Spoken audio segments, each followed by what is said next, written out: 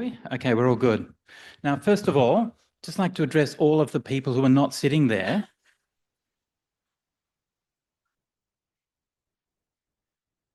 Why don't we all gather around, break up all these, we don't have like a crowd of people. We can be a bit more friendly, a bit more relaxed. I'd like to make it more kind of fun, like a picnic. Okay, a bit more informal. That's better, isn't it? Okay, I'm getting them to turn off I want to get them to turn off the screens. I'm going to be reading from my laptop, but I'm going to try to just have as little, I don't know, I feel like we just spend all our life looking at machines. You know, you do IT, right? Yes? We don't want to come to a Buddhist center and then just have more screens and stuff. I don't know what you think, but that's what I think. These days, I don't know. I still have this fantasy, you know. I still think one day I'm going to get my laptop, I'm going to throw it in the ocean, and I'm just going to go and just wander off and just stay in a little hut somewhere, and I'm never with no electricity and no technology, and I'm just going to be nice, wouldn't it? Yeah? Who would like to do that one day? Yeah, why don't we all go together? Yeah. We can all be alone together and just do a nice meditation, go for a little walk in the beach. It'd be good, right?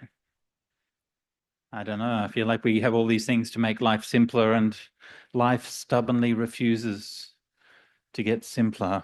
Anyway. Okay, are we ready to go? Okay, good. Okay, so anyway, how is everyone? Yeah, good. One's okay, good. And are you in fact having a happy new year? Yes. Now, but just have a quick, this is just a quick, completely irrelevant cultural question, okay? Now, in Vietnamese culture, they have a thing whereby on the New Year's Day, the first person who comes into your house determines your luck for the rest of the year. Do you have that? Is that a Chinese thing as well? You don't have that one. It may be a Vietnamese one, right? So you have to be like really careful if you're like inviting family over or anything, like who it is that you invite the first one to come, because then you get like all the qualities. So if you get like somebody who's like really angry and then they come and they're the first one in your house that morning, then yikes. Anyway, that's how the Vietnamese do it. So they always like to try to invite a monk to come into their house if they can. Anyway. Okay, so let me just ask a few questions to establish a baseline, all right? First of all, how many people here have heard of the Buddha? Okay, good, excellent. You gotta like give positive reinforcement, right? Okay, and how many people have heard of the suttas? Okay, very good. Easy one. And how many people have heard of the Therigatha? Yes. We have some very enthusiastic fans of the Therigatha. Sorry, is there anyone who's not heard of the Therigatha? Few people. Excellent. Oh, great. See, thank you so much for saying that, because that really helps me to do my job. Because otherwise I just assume people know things and I don't know what to know. I don't know what people know. And some people some people genuinely don't know who the Buddha is, you know, it's fair enough. Anyway, so Therigatha. So in Buddhism, of course, we have the Buddha taught for 45 years, and his teachings were collected and standardized in the collection we call the Tripitaka. And we're mostly concerned here with the Sutta Pitaka, which is one of the three. So you have the Tripitaka, which is the three. Sutta Pitaka is one of those three. And the Sutta Pitaka has four main collections in there. We call the four Nikayas. And the fifth Nikaya is the Khuddaka, that's kind of miscellaneous. The Khuddaka has a whole bunch of short texts in it. And one of those short texts is called the Therigatha. Okay, so it belongs in the Khuddaka Nikaya, which is part of the Sutta Pitaka, which is in the Tripitaka. Okay. And the Therigatha is the verses of the nuns. Thank you. Sorry, I'm just trying to think of a joke that's like, how many nuns are there? None. No, I'm sorry, it's not coming. I'll leave that one behind. Okay, so the nuns or bhikkhunis, right? Sorry? Oh, yes, omitting nuns, right? Yes, unfortunately, all too true, right? May all beings be happy omitting nuns. Yeah. That's how all too many.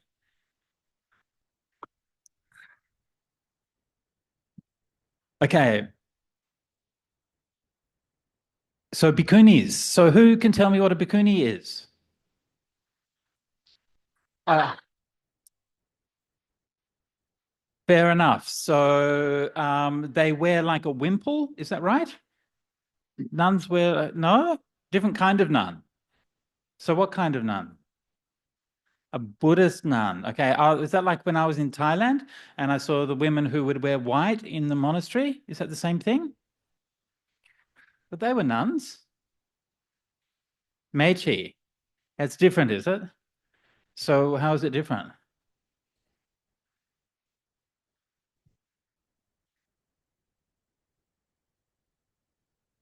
Eight precepts, not ordained. Yeah. Okay. So what about bhikkhunis then?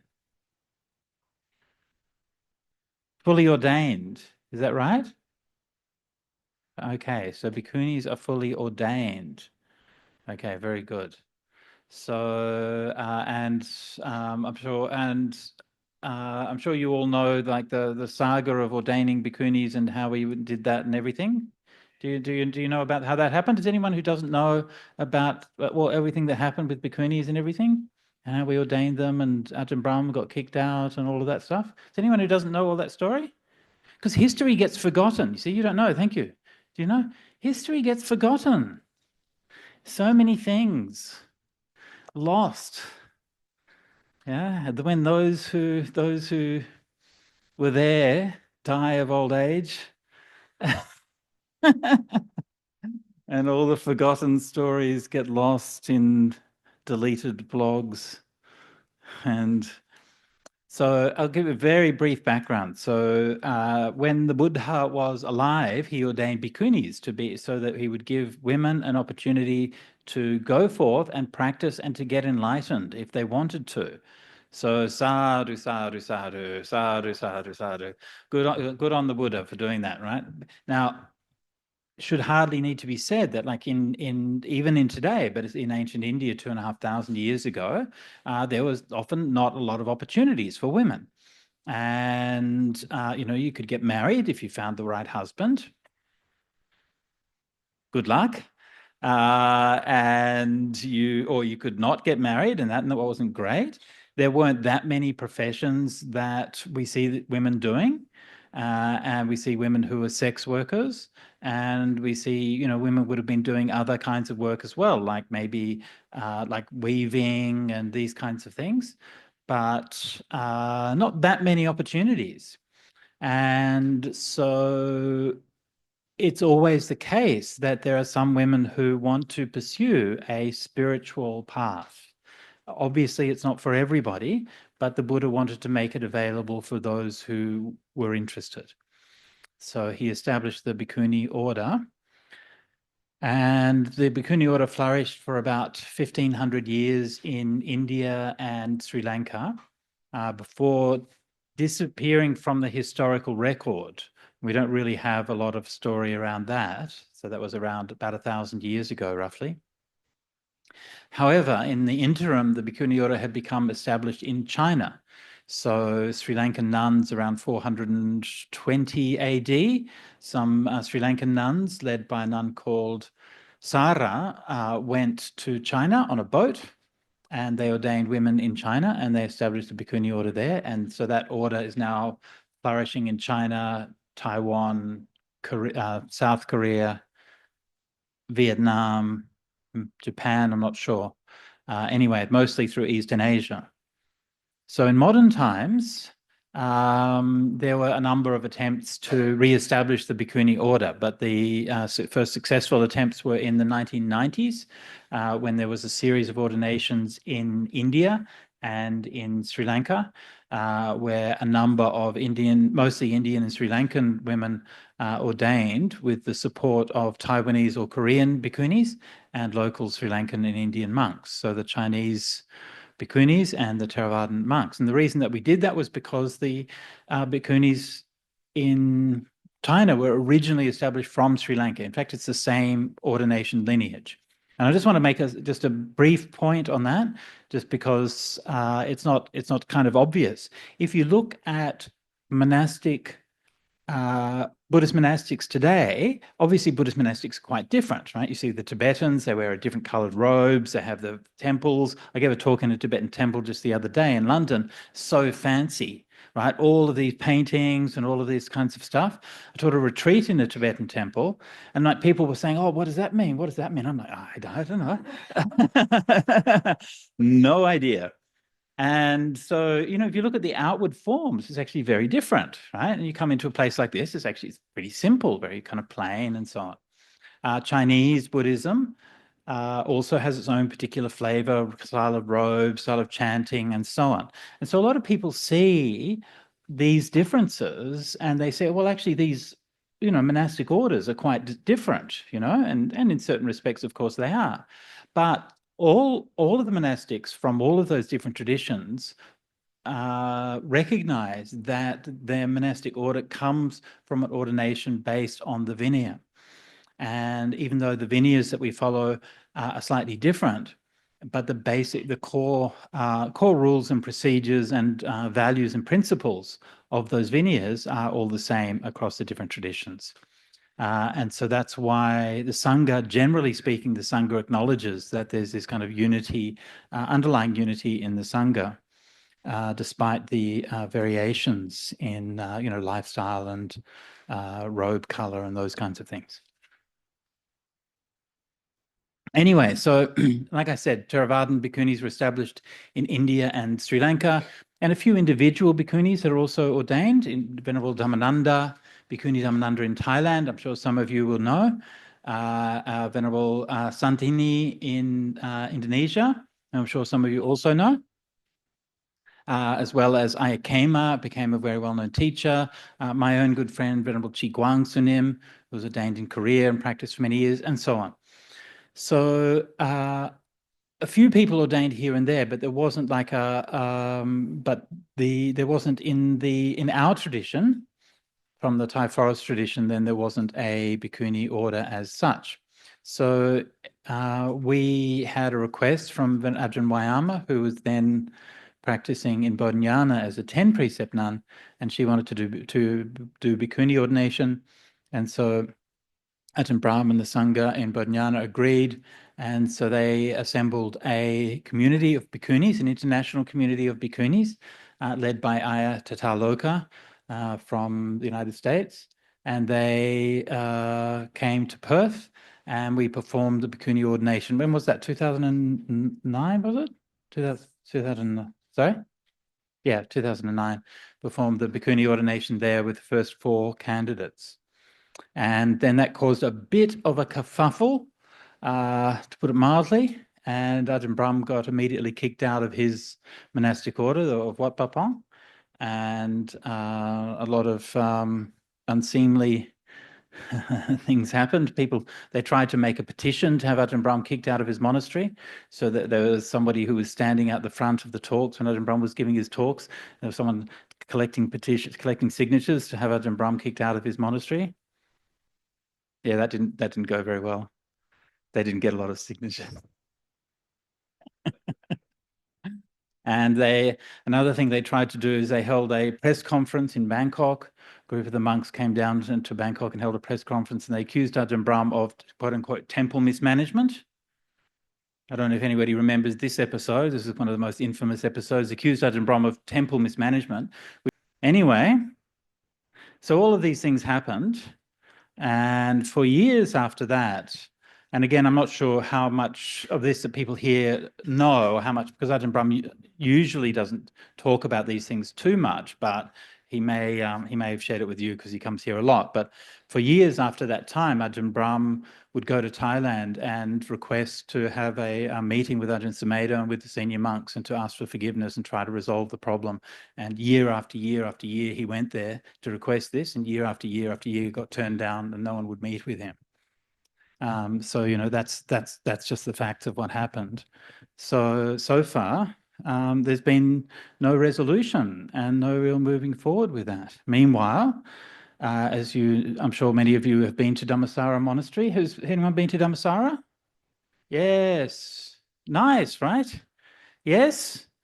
Yes. Anyone been to Dhammasara and then thought, maybe? No? No? Come on, it's pretty nice. Maybe. You know, by the way, again, I'm sure, hopefully, I don't know, hopefully, but many of you know that Ayahasapanya, who's the head of Dhammasara, was my student. Do you guys know that?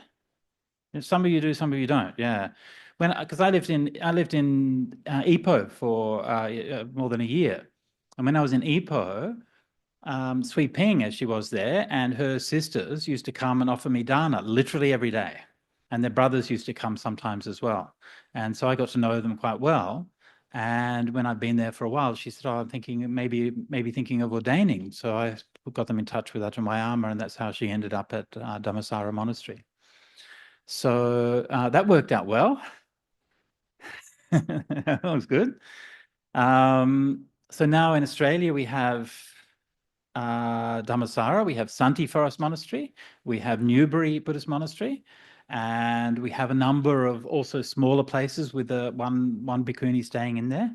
So there's about probably more than half a dozen places for Theravada bhikkhunis to stay in Australia now, which is better than it was, a lot better. And I've just come from Europe. And in Europe, I went to, which ones did I go to? I went to, Venerable Tisarani has a new place called Siri Sampanno Monastery in Western Germany, a bit south of Hamburg. Lovely place, a lovely nun. I've not met her before, but they're just getting started and just getting set up with the center. So that's Siri Sampanno in Western Germany. If you're around or if you know anybody in the area, then well worth dropping by. I also went to see my friend Venerable Vimalanyani, who's staying in Watermoon Monastery. That's in the retreat center in East Germany, but they have a center in Berlin as well. Then I saw Venerable Palanyani at Anenja Vihara outside of Munich, and Venerable Vimala, who is in Belgium at Th-Lorient Monastery. And there's a couple who I didn't see. Venerable Soma is establishing a place in Italy. Venerable Mudita also has another place in Germany. There's another place, I think, in Spain as well. So quite a few places now in England. And then the last one I went to was Venerable Chanda's Anukampa project in near Oxford. So there are bhikkhuni places popping up all over the place in Europe. So if you're there, or if you have family or friends who are around, then find out where your local bhikkhuni place is and go and support them and look after them, because it's still the case that bhikkhunis don't get nearly as many requisites as the monks, and it's a lot harder for them to honestly to do anything. And I'm just one of the reasons why to me it's really important to support the bhikkhunis, because when I see the bhikkhunis practicing, what I see is people who have incredible faith and incredible determination and resilience, and to be able to sort of stick it out and to thrive in the Dhamma is really amazing. And I think we're really sort of starting to see in Europe, we're sort of starting to see sort of getting over that hump, I think, a little bit. I think in Dhammasara has been well established for 10 years or something now, so that's better off. But now in Europe, just starting to get that sense where they've got a place and they can start to get onto with their practice and so on. So that's been really lovely for me to see that flourishing. Of course, also in the US, number of bhikkhuni monasteries. Singapore? Not yet. Not yet. Do you have an excuse?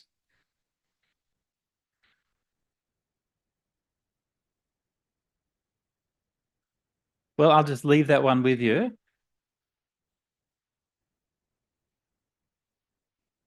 Malaysia? I think there was a place in KL now, right? What was it? Sorry? Vihara. Where is that? It's in KL? I haven't been there, but yeah. Okay. Okay, so we've got to, and in Thailand, quite a number of places as well. In Sri Lanka, of course, a lot as well. Anyway.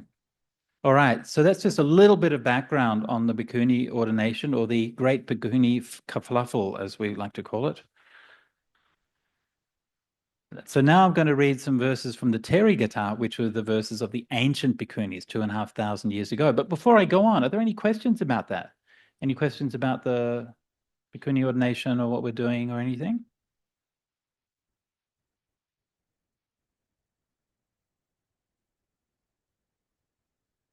You sure? Yes.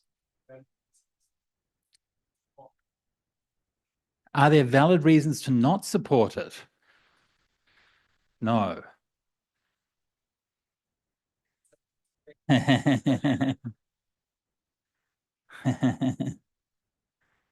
um,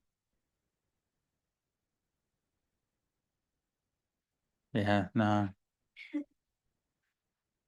You know, one of the things that I really try to do these days is like people people have a habit, or people who don't people who for um whatever reason, which I try not to speculate about, but they have this kind of habit of like throwing up a veil of darkness and confusion around things, you know? So whenever I'm talking about bhikkhunis, I sort of try to kind of just try to be really straightforward about it, you know? It's good for women to ordain, it's good for them to practice, and what they've done is really amazing, you know?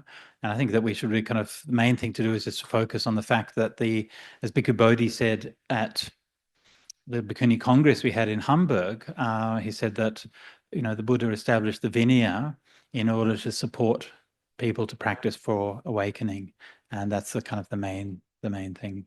Yeah, yeah.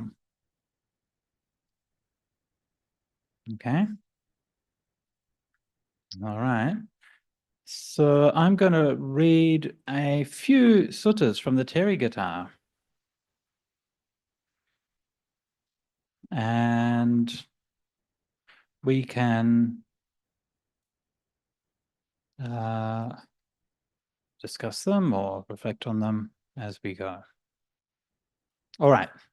So this is the very first discourse in the Therigatha, and it's named after an unnamed nun.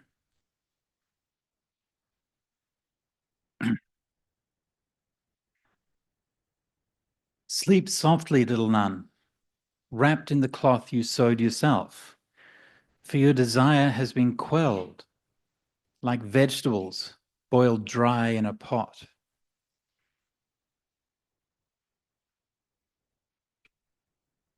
So this is the first verse, the opening of the Therigatha. And one of my favorite verses in the Therigatha, in fact, one of my favorite verses in the whole of the Dhamma. Let me just read it again for you. Sleep softly, little nun, wrapped in the cloth you sewed yourself, for your desire has been quelled like vegetables boiled dry in a pot. It's such a gentle verse, yeah? It's very soft, it's very intimate, yeah? And we don't really have any background or anything like that for it. But to me, it seems like maybe, I don't know, maybe one of the nuns has come from a journey, yeah, long journey, arrived in the monastery and, you know, just got ready. Oh, I'm a bit tired now. And they say, oh, okay, we'll have a little sleep. Yeah.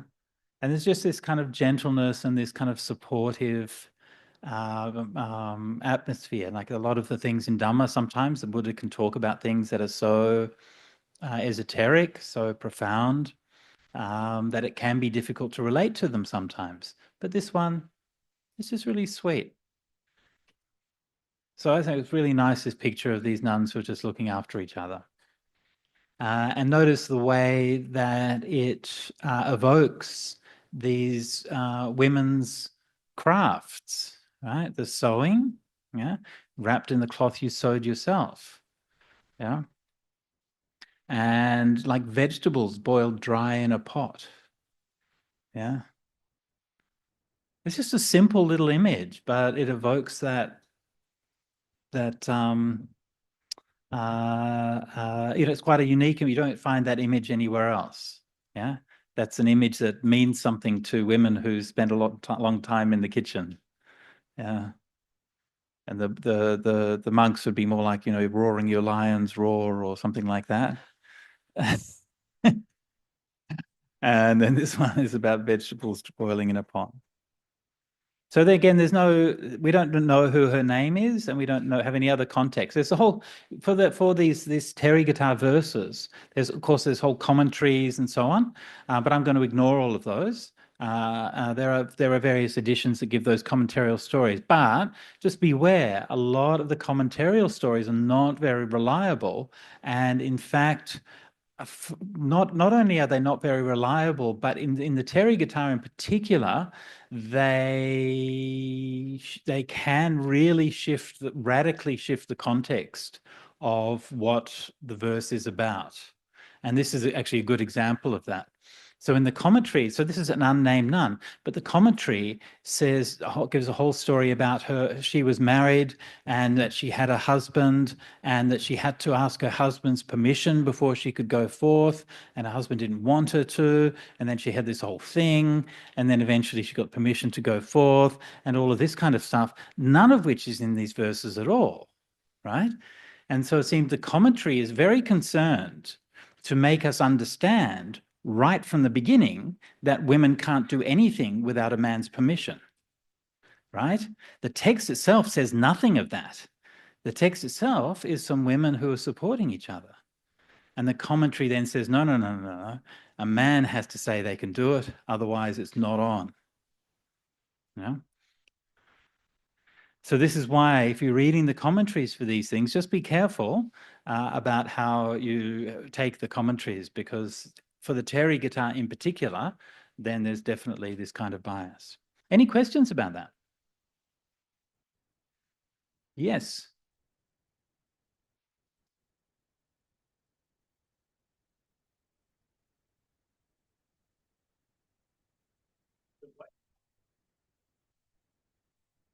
Uh-huh. Hang on, we've got a microphone coming over. Sorry, Bhante. So what I'm saying is that in England, at one time, or maybe it's still there, what the man owns, it belongs to him. Okay. What the wife owns also belongs to him. That makes sense, yeah. True or not? Is that true in Britain? Can't see why anyone would have a problem with that. The Singaporeans will have a lot of problem with that. I mean, look, I'm not 100%. I can't confirm 100%, but that sounds likely. Yeah, I mean, that sounds like usually the way that they used to do things, right? Yeah. Well, thank you. Go on. Yeah. Sorry, hang on, because not everyone can hear you if you don't. Not everyone can hear, and it got a recording too. Hi, Ajahn. Thank you for the talk and the encouragement to bhikkhunis. Oh, no worries. My question is, how did you know it was something a fellow nun said to another nun and not from the Buddha or from another person? Great question. Yeah, thank you. So, how do we know that it was said by a nun rather than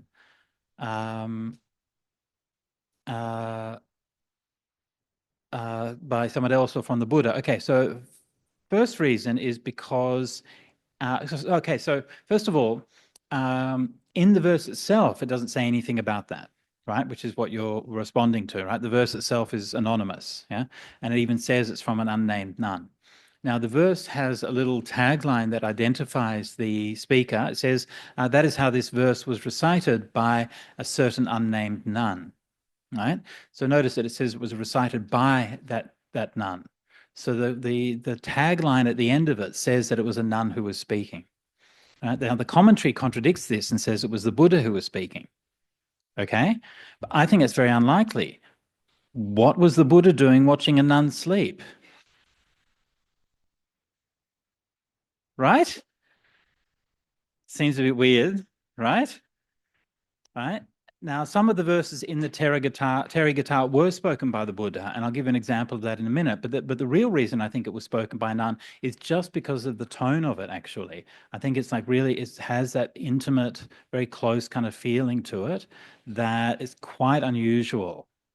Yeah, so I think the tagline confirms that, but I think you would be able to say that even from the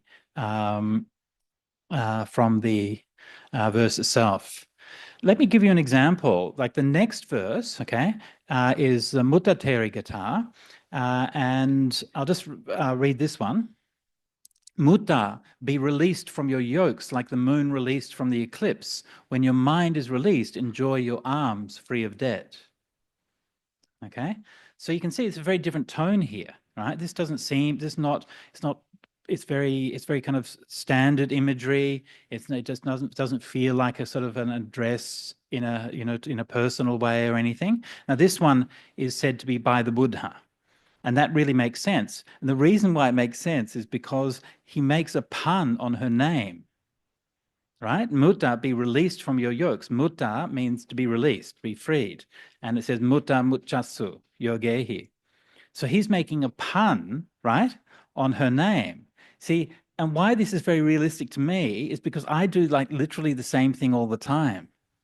And that's what you do when the only thing you know about a person is their name. Right?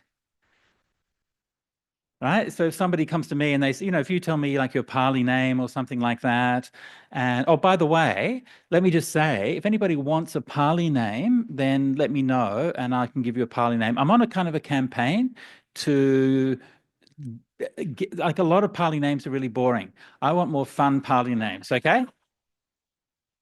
Everyone gets the same one. It's like Jnana Dhammo or something like that. And it's like, let's have a different one, okay? So if you want a fun, cool Pali name, right? Like the 𝐒𝐻𝐞𝐜𝐢𝐚𝐥, the lion-hearted, or the 𝑗𝑎vanahangsa, the swift swan, or the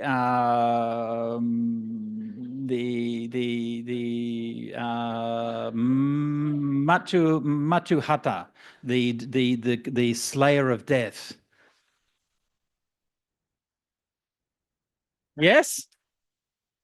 Now that's your name. That's her name. That's her name now. Matuhata.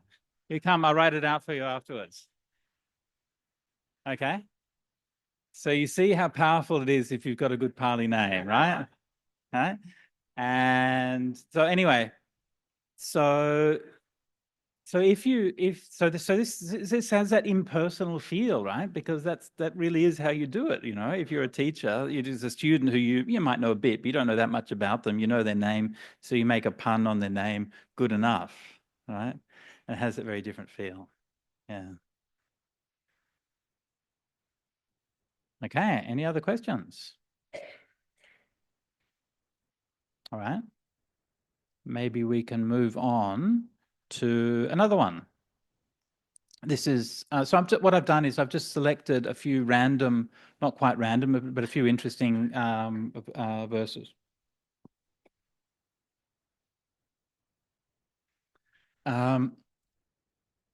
Do the Buddha's bidding. This is to Visakha Theri. So this is a nun called Visakha, who I think is not the same as the laywoman who is called Visakha. Just so you know, Visakha is a month, right? So Visakha is, we have Wesak. Wesak is named after the month Visakha. So when women were named afterward, it's like you called May or something like that. It's just named after the month. But usually it would be an astrological thing. So if you'd be named if you're born under that sign. Do the Buddha's bidding. You won't regret it. Having quickly washed your feet, sit in a discreet place to meditate. Okay? So this is a nice little one, very simple, very straightforward, quite typical for the Therigatha. And so this one is not clear whether it's Visakha giving that teaching. Maybe this is someone giving the teaching to Visakha. This one is a bit ambiguous. But I like the detail. It actually comes up a few times in the Therigatha about having quickly washed your feet, all right? Don't meditate with dirty feet, okay? You can't clean your mind if you can't clean your feet. All right, so just as long as we're clear about that one, yeah. But to me, again, it's nice because it's very kind of mundane. I love those little mundane details and things. You know, we're just making the, you know, that's the important thing. We've got to make our feet clean and then sit to meditate.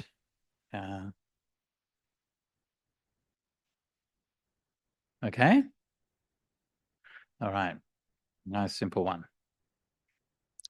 Dhamma, I wandered for alms, though feeble, leaning on a staff. My limbs wobbled and I fell to the ground right there. Seeing the danger of the body, my mind was freed. Okay? Especially for all the elders amongst us. It's never too late. Okay? Never too late. Yeah? Kind of interesting, right? Because we tend to think, and when you get older, you tend to think, oh, you know, my mind isn't as sharp as it used to be, or I can't, you know, not as 100% there, and your body's still weak. But you still got it. It's still there. Should I tell you a story about the oldest nun in the world? You want have I told this story here before? I don't know, probably a few years ago. Anyway, actually, this is another Upagupta story. I talked about Upagupta before. This is another one with Upagupta. Why am I telling you stories about Upagupta?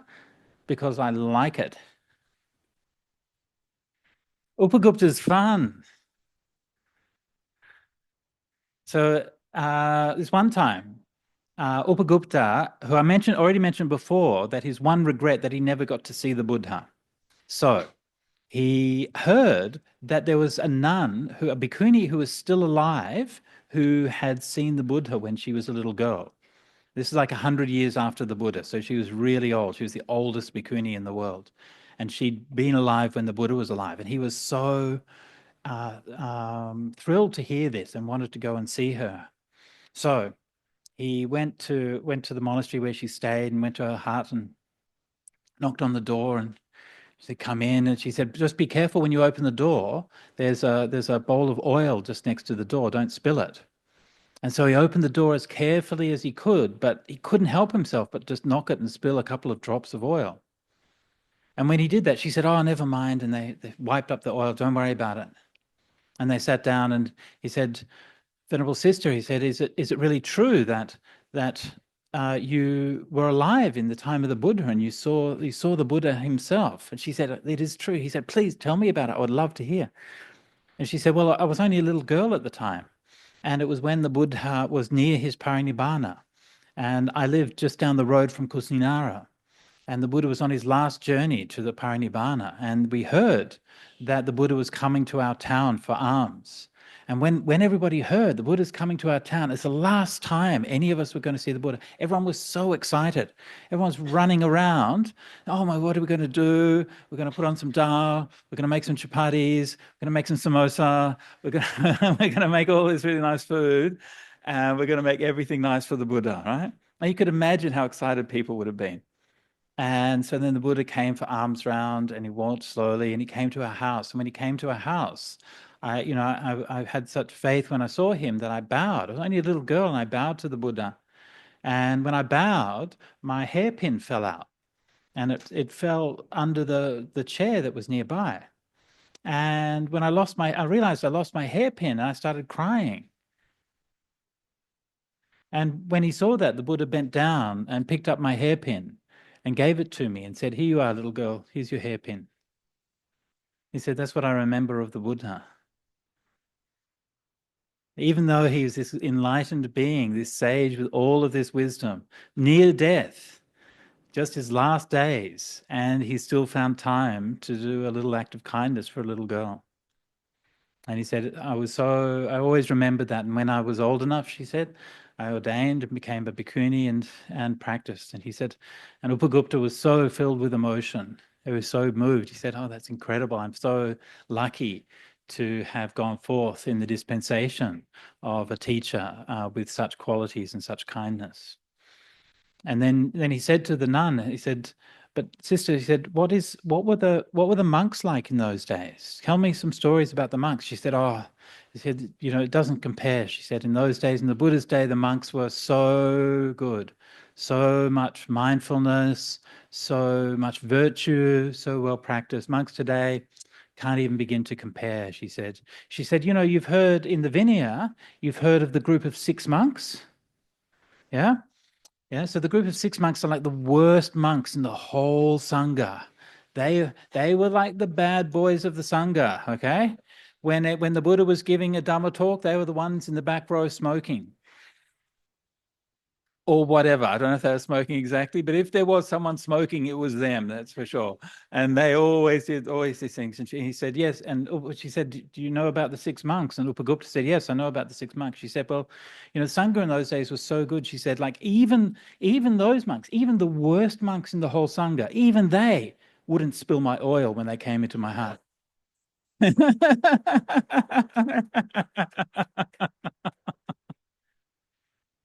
Anyway, so there you go. That's the story of the oldest bhikkhuni in the world. So,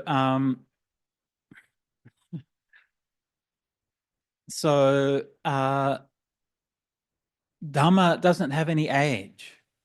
Dhamma is always there. The truth is always impermanent. And no matter whether you're young or you're old, the truth is right there. We think of the Dhamma as something that is a long way away. We think, we have to master all of these things. But it's not like that. The truth is actually just there. It's just we have the veil of delusion that is hiding it. That's all. But the truth is right here in this room with us. The Dhamma is right there. And any of us can realize that truth at any time. This is why mindfulness is so important. If we're mindful, then when those things happen, then that can be the spark to realize things. And we'll see this very often in the Therigatha, also in the Therigatha, which is the monks' verses. So often that the moment of realization does not happen in meditation. Doesn't happen when you think it would happen. It happens when she falls over going for a walk. It happens, well, we'll see a few other instances of times when that happens as well. Okay, I'll move on to the next one. Okay, so this one is interesting. This nun is called Sangha. I gave up my home, my child, my cattle, and all that I love, and went forth. And now that I've given up desire and hate, dispelled ignorance, and plucked out craving root and all, I'm at peace. I'm quenched. All right, so a fairly straightforward narrative there, but I find it's kind of interesting that the things she left behind, her home, her child, her cattle. I'm sorry, what happened to the husband? Okay. She said all that I love. Okay. I mean, you'd think he'd warrant like a mention, right? So kind of interesting, right? Maybe she wasn't married. Maybe, she said she had a child, so fair enough, but maybe she was a widow or whatever. Maybe he'd left or something like that. But interesting also that she had her cattle as well. So she obviously had property in her own name, which she left behind. Hopefully the child was old enough to look after themselves, presumably.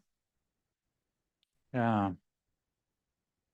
Again, there's a few things like that. It's kind of interesting. I mentioned at the beginning how the first verse in the Therigatha emphasizes, the commentary to the first verse emphasizes that that the nuns have to get the permission of men to ordain, which you don't really find in the Therigatha at all. In the bhikkhuni ordination that we do currently, you have a twofold ordination. The bhikkhunis are ordained in front of the bhikkhu sangha and in front of the bhikkhu sangha, both the nuns and the monks. But it seems that the earliest form of ordination, the bhikkhunis just did the ordination themselves, and there wasn't a dual ordination. And this you find in the Bhikkhuni Patimokkha, because it talks about ordination quite a lot, and there's no mention of doing the ordination in front of the monks.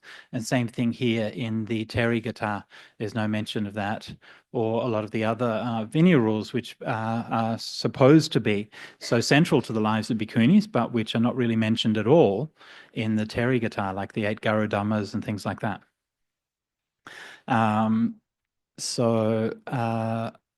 Similar with husbands. Like not a lot.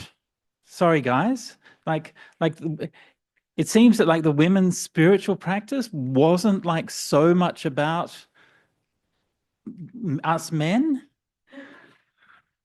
and more about them and their practice. And I know it's difficult to get your head around that, you know, because it's like not everything is about us all the time. It's kind of a strange concept, but it is kind of interesting, right? And you know, you might have expected that those women's stories would involve those entanglements with husbands and trying to get out of it and so on. And to be sure, some of them do, and that's definitely a theme which is there. But for the majority, that's not a theme in the Therigatha. Okay, let's try reading another one.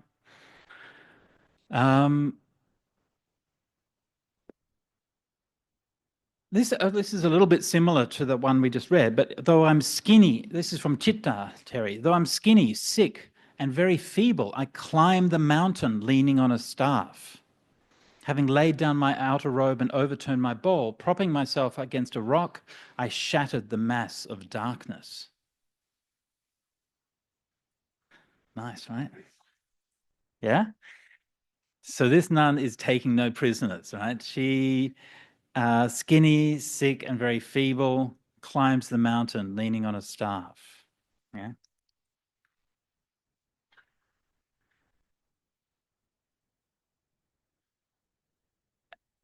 Just her bowl, her robes, propping herself against a rock, she shattered the mass of darkness. Yeah. Such resolution, yeah, such strength, yeah, such boldness.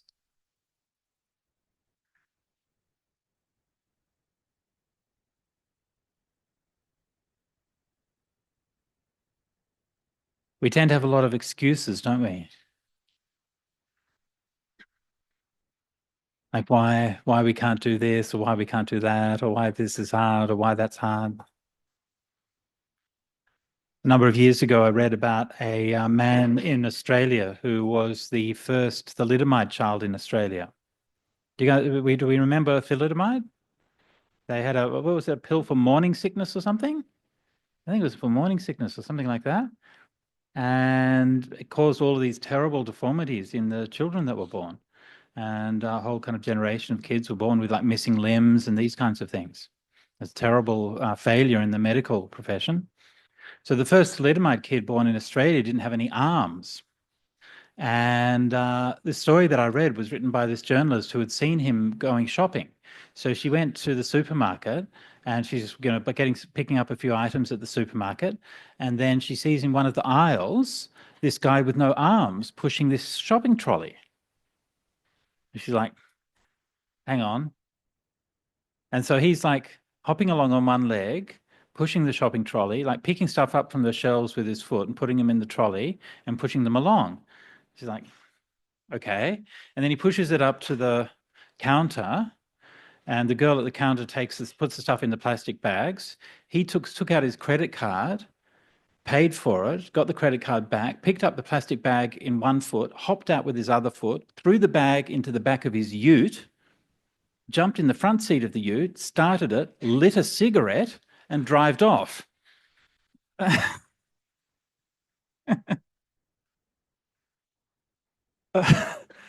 So she's going, I've got to find out more about this guy. So she sort of followed it up and did this whole piece on it, which I read many years ago.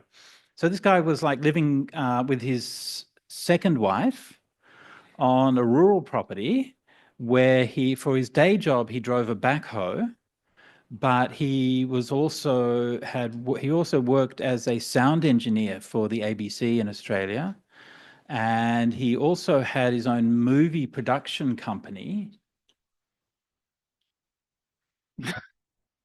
Right? Can you imagine doing sound engineering with your feet and making movies? Okay. And when she interviewed him, she said, like, what's your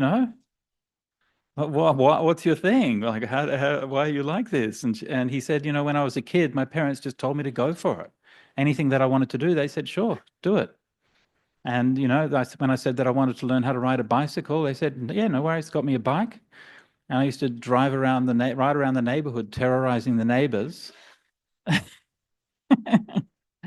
And they just told me to go for it, whatever I wanted to do. And so he never felt that having no arms was holding him back. And unsurprisingly, he also worked as a motivational speaker. Yeah, so a full life, right? So it's good to remember things like that and just remember how good we have it.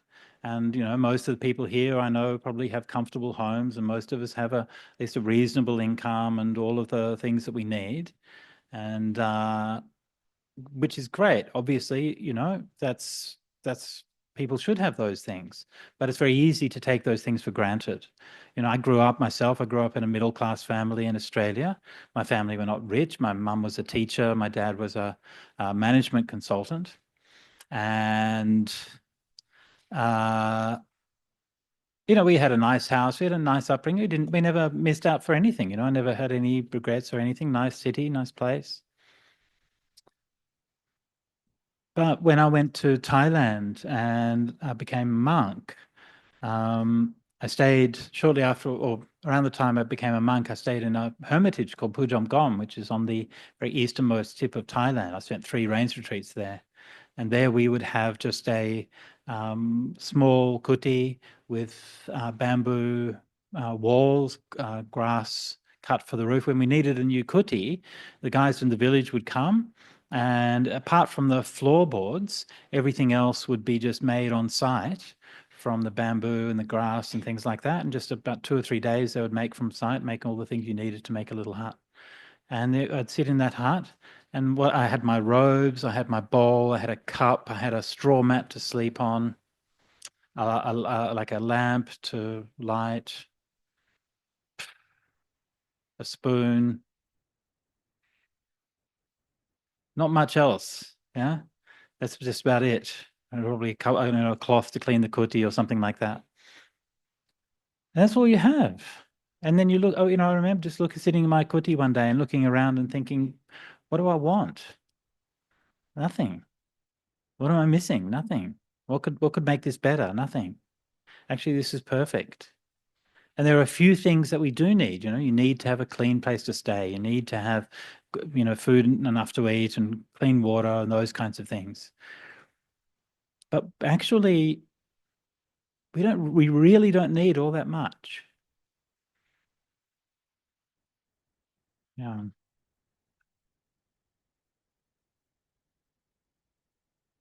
Okay, moving on. Chitta. Dantika. So this is another nun called Dantika.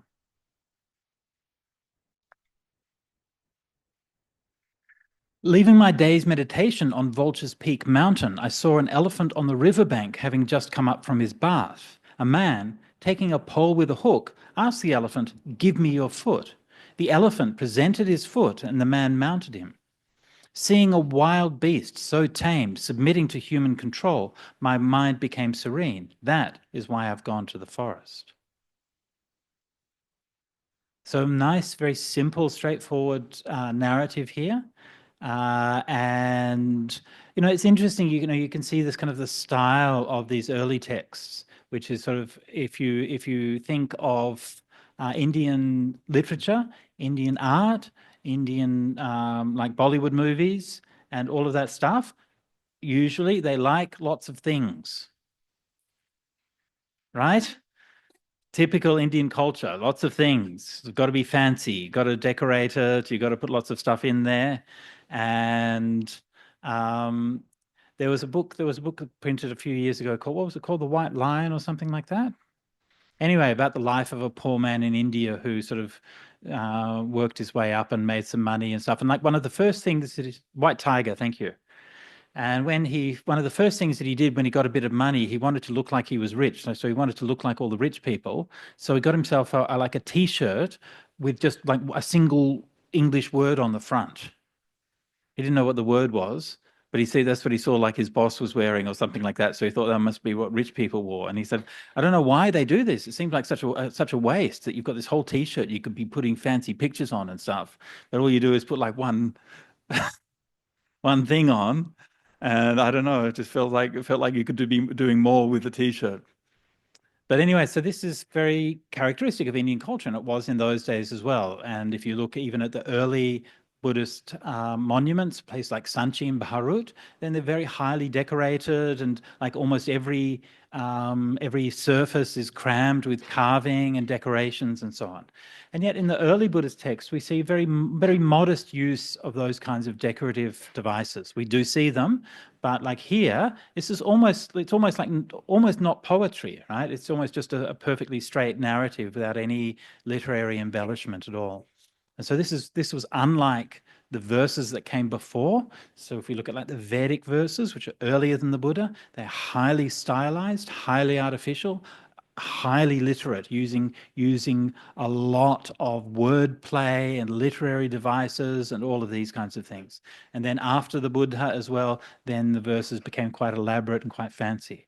And so the early Buddhist literature is really distinguished by this quite plain approach to the text. So it's just telling a straightforward story, leaving my day's meditation. So number one, it may seem too obvious to merit a mention, but the normal thing that they would be doing would be meditating. That's what you do during the day. That's what the Buddha did. It's what the nuns are doing too. And on Vulture's Peak Mountain, right? So has anyone been to Rajagaha and seen the Vulture's Peak? Yes, of course you have. Who's been with me? Yes, a few of you, we've been together probably. Anyway, whatever. And it's nice, right? Nice place to meditate. So then she was up there. So you can help to paint a picture if you go to these places. Oh yeah, it'd be nice to go up there and do some meditation, find a little bit of a cave, a rock overhang or something like that. And again, pretty bold, right? I mean, she's just up there by herself, it seems, right? And she's just meditating in the wilderness by herself. It can be dangerous. You know, one time I was in Adelaide and I gave a talk to a bunch of primary school kids, and they were fantastic. They asked like literally the best questions that I've ever got from any group of people. They were awesome. Okay, so the first one, you know, I'm like, oh, are there any questions? And they're all like, yes. Okay, what's your question? Do monks wear underwear?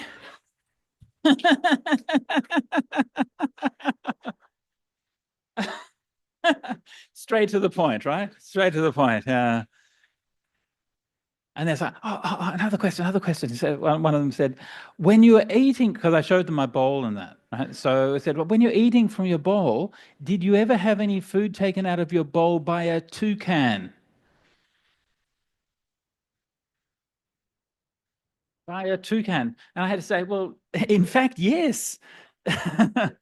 Now I lived in Thailand. We lived in Dao Dam, in the forest there, and they have a bird there they call the great hornbill, which is kind of like a toucan. And they used to hang around in the sala when the monks were eating their food, and they would absolutely come and take the food from your bowl while you were eating, a bit like the kookaburras at Bodhinyana, right? Anyone had their food stolen by the kookaburras? No? You have? Yes, right. So I had to say yes. And then somebody else, another question. When you were meditating in a cave, did you ever get attacked by a bear?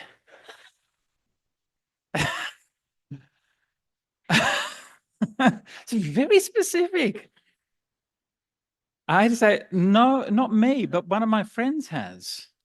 Yeah, so one of my friends was a nun, Tanasanti, and before she was ordained, she was meditating in the caves in the Himalayan mountains, and she's just sitting there meditating, and yeah, got attacked by a bear, which bit her on the head. Yeah, picked her up and started tossing her around, and so she just was, started chanting. Was so startled, she started chanting, and when she made a noise, the bear dropped her and ran off. And she still has, like when she shaved her head, you can still see the marks from the tooth marks. Yeah. So yeah, it's a danger you have to watch out for. So anyway, Dantika is up in the mountain, not getting attacked by a bear so far. And then comes down the mountain and sees an elephant on the riverbank, having just come up from his bath. And of course, the sight of elephants, very common in those days in India. I'm not sure these days if you see them that much. Certainly in Sri Lanka, you still see them around quite a lot. And the idea of the elephant trainer is also very characteristic, so that the elephant was trained for the use as a beast of burden, as a war animal, and so on. And yeah. If the elephant can do it, then why can't I? Yeah.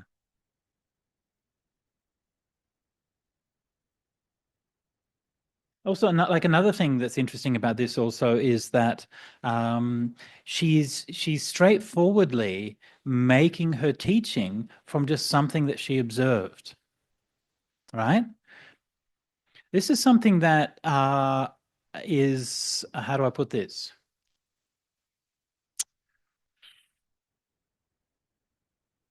Like when you're part of a teaching which is an old teaching, then it's easy to tell the story of a story of a story, and it's very easy. Like I know the suttas very well. I can sit here and teach from the suttas all the time, and I love doing that. But at the same time, as beautiful as the suttas are, they are just texts actually, and it's just something that you read, and it isn't something that you encounter in your life. And the Buddha wasn't teaching from texts. He was teaching from his experience, from things that he saw around him all the time. And you can see here, this is what Dantika is doing, right? Nobody's saying to her, oh, you saw this elephant giving the foot and so on. Well, where's that in the suttas?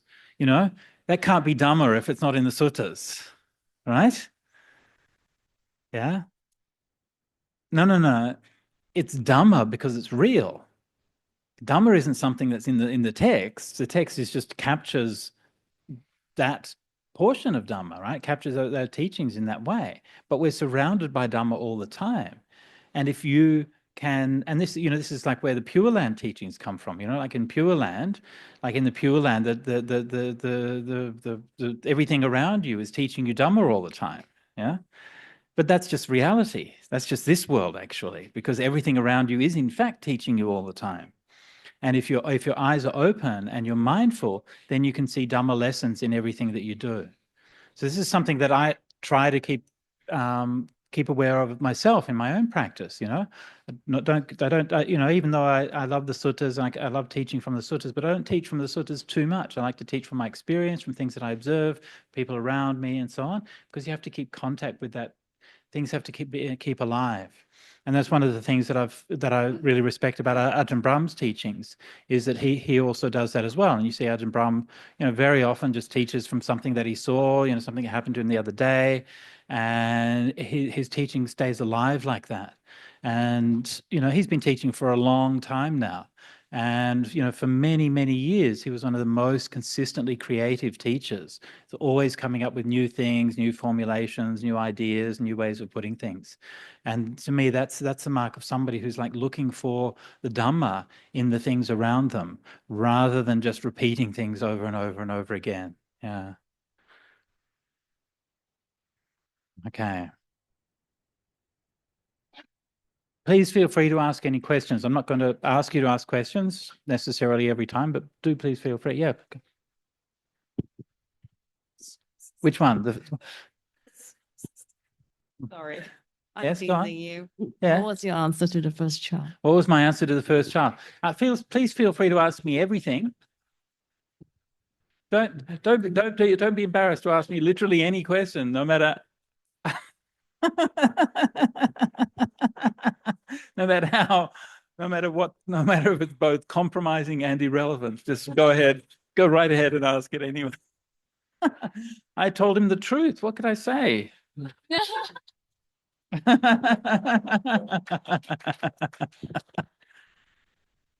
Monks don't wear underwear. Is your life better now?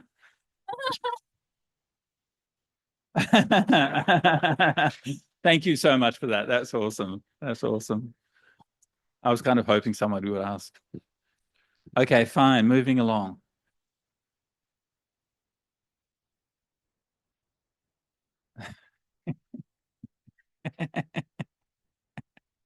Yes. Hang on.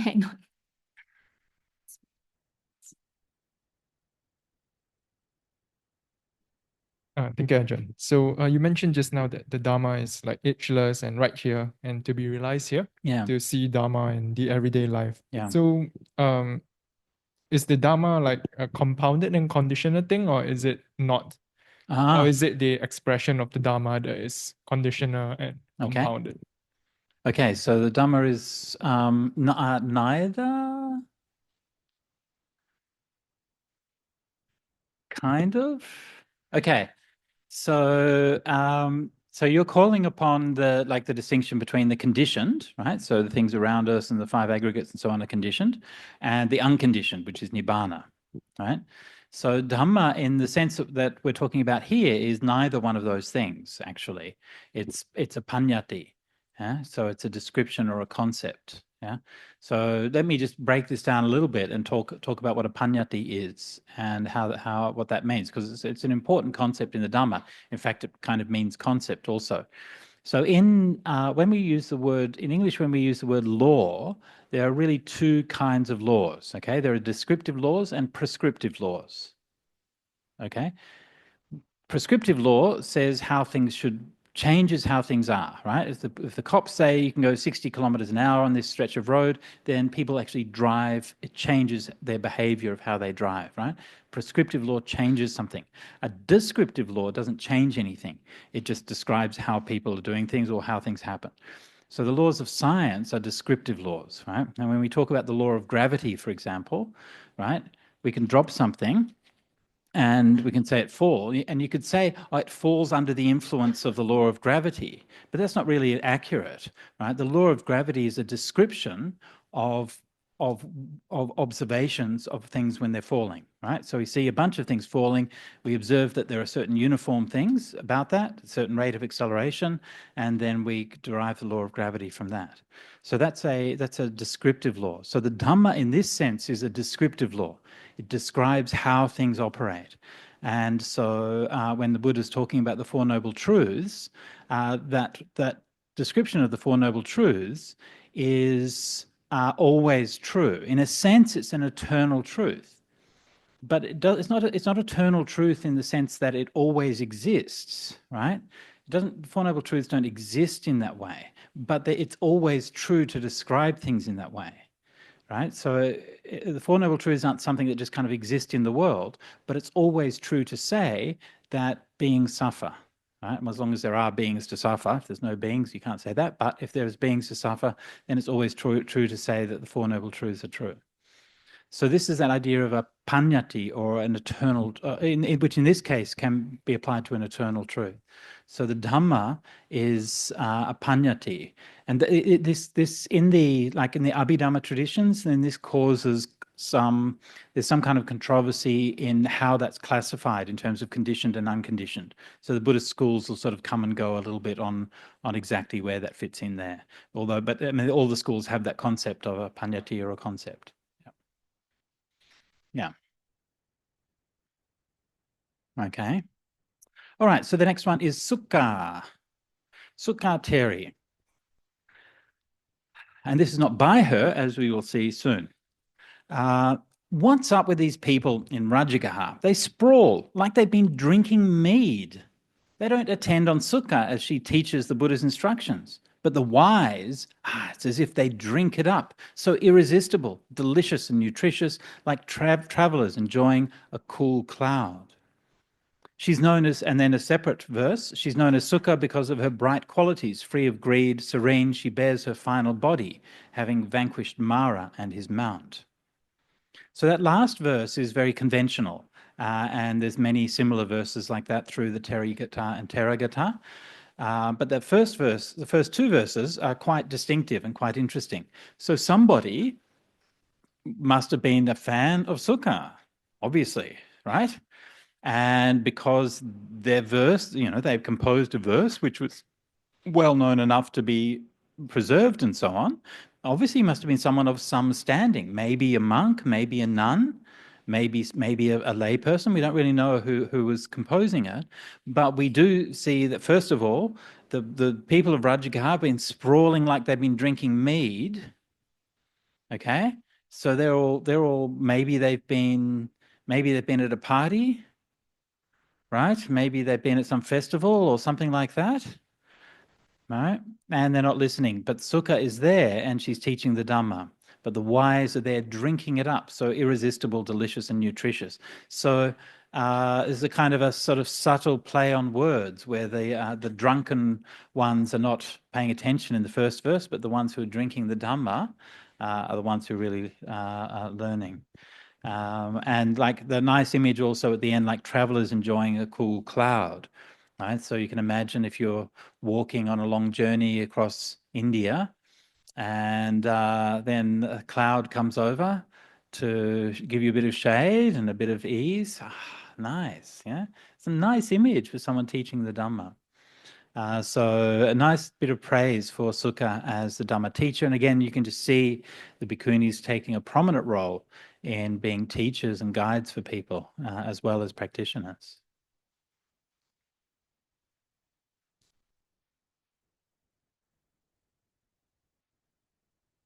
All right, moving on.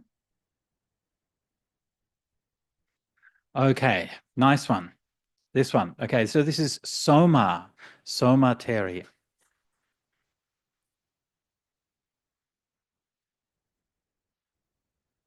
That state's very challenging. It's for the sages to attain. It's not possible for a woman with her two-fingered wisdom.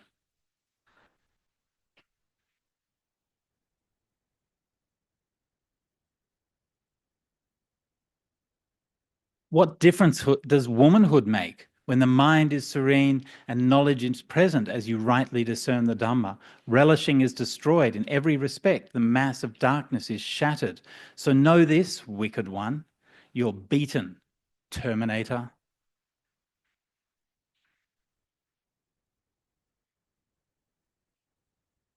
So this is a dialogue between Soma Bhikkhuni and Mara. Yeah, she's meditating. So this is one of those verses which there's a number of verses in the Therigatha which are also shared with the Bhikkhuni Samyutta. In the Bhikkhuni Samyutta, there is a prose background that gives a bit of the narrative, whereas in the Therigatha, there's only the verses. So from the Samyutta, we know that she was meditating in the Andhavana, the dark forest, and Mara comes up to try to disturb her from the meditation. And it turns out, who knew that Mara is sexist? How can you do that? It's not possible for a woman with her two-fingered wisdom. All right? So the exact meaning of two-fingered wisdom is kind of debatable, right? There could be, they say that some people say that it's like it was a, like how the women would measure the rice, like how much water there was in the rice. So it meant basically that you had like domestic wisdom, or your wisdom's good enough for the kitchen and that's it. Okay? Usually that's the kind of thing that's said by men who haven't had to do a lot of cooking. And then they might realize that it is both difficult and highly skilled labor. But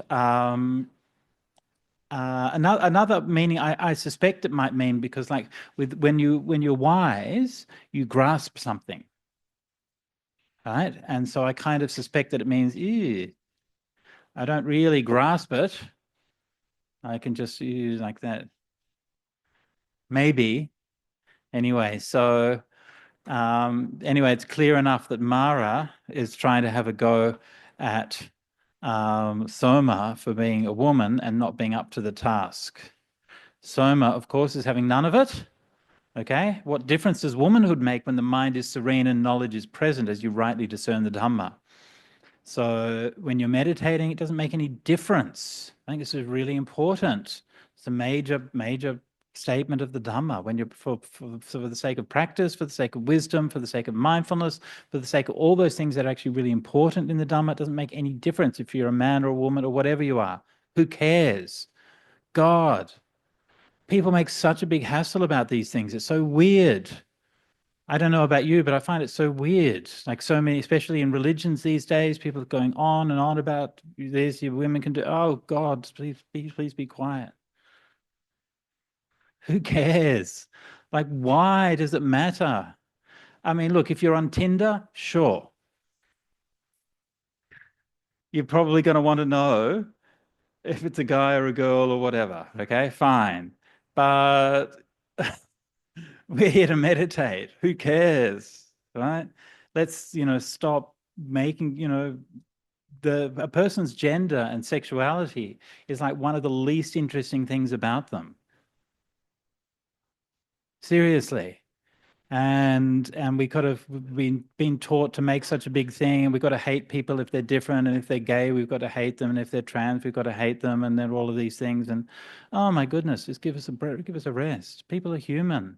We should love them, and it doesn't matter who people are, or what background they are, or anything like that. It really doesn't matter. What matters is what's in your heart. So don't buy into these narratives. All these weirdos who just like obsessed with other people's sex lives. It's just so embarrassing. I'm like, man, just stop it.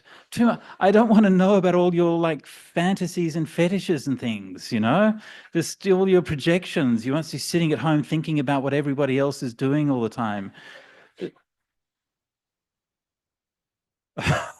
So weird. Isn't it? I find it so weird. Why are all these weirdos doing that? It's so weird. Anyway, moving on. Okay, so Soma slapping Mara down. Look, Mara comes across in this one, bit of a chauvinist pig, okay? However, in his defense, I mean, he's really just trying to get a rise out of her, right? I mean, he's just a troll, really. He's just, he's the original troll, actually. And he's got like a sock puppet account that he uses. So he like takes up all these different forms to try to convince people he's someone that he's not, right? And then, just like trying to get a rise out of them and so on. So I don't think he actually really believed that. I think he's just trying to annoy her. In his defense.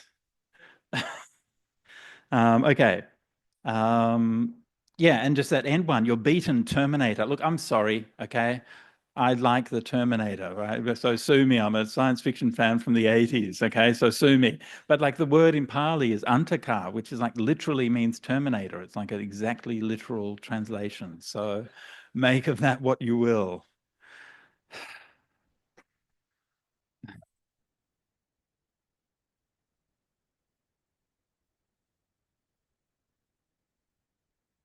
Come to think of it, the Terminator was beaten by a woman too, wasn't he? Sarah Connor, yeah, what a hero. Yeah. Yes. Yeah. Earlier. Just a bit of reflection, right? I mean, I've only been to India once, right? And right. I think they have this concept of the male holy man, right? The sadhus, I think, certainly in places like Varanasi. So I was just wondering, the bhikkhuni order came after the bhikkhu order, right? I mean, probably, yeah. Yeah. Were there certain like social cultural context why there was a delay before the bhikkhuni order was started? Yeah. Just within India back at that time. Yeah. Hard to say exactly. I mean, I think the first you know, when the Buddha was enlightened, and he thought, well, who shall I teach? And then he first thought of the people who'd been practicing with beforehand. So, you know, that's kind of how it got started. I mean, it seems there were more monks than nuns, and I presume it was easier for the men to renounce and easier for them to, just to have the opportunity to renounce and to get support and those kinds of things. So, yeah. But there were, I mean, people sometimes say that bhikkhunis were like the first female order in India, but that's not true. It actually was normal. And if we look at actually all of the religions that we know of had female renunciates already by the time of the Buddha. So the main ones were the Brahmins, who had the Paribhajikas and Paribhajikas, the female wanderers, the Jains, who had also nuns from the beginning, and the Ajivikas, who are mentioned in the suttas as having female wanderers as well. So these are the three main orders that we know of, and they all had nuns before the Buddha. Yeah. So it was a normal thing. Yeah.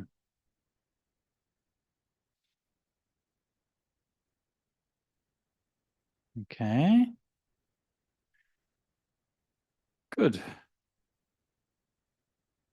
All right, so this is another one. This is Bhadda Kapilani.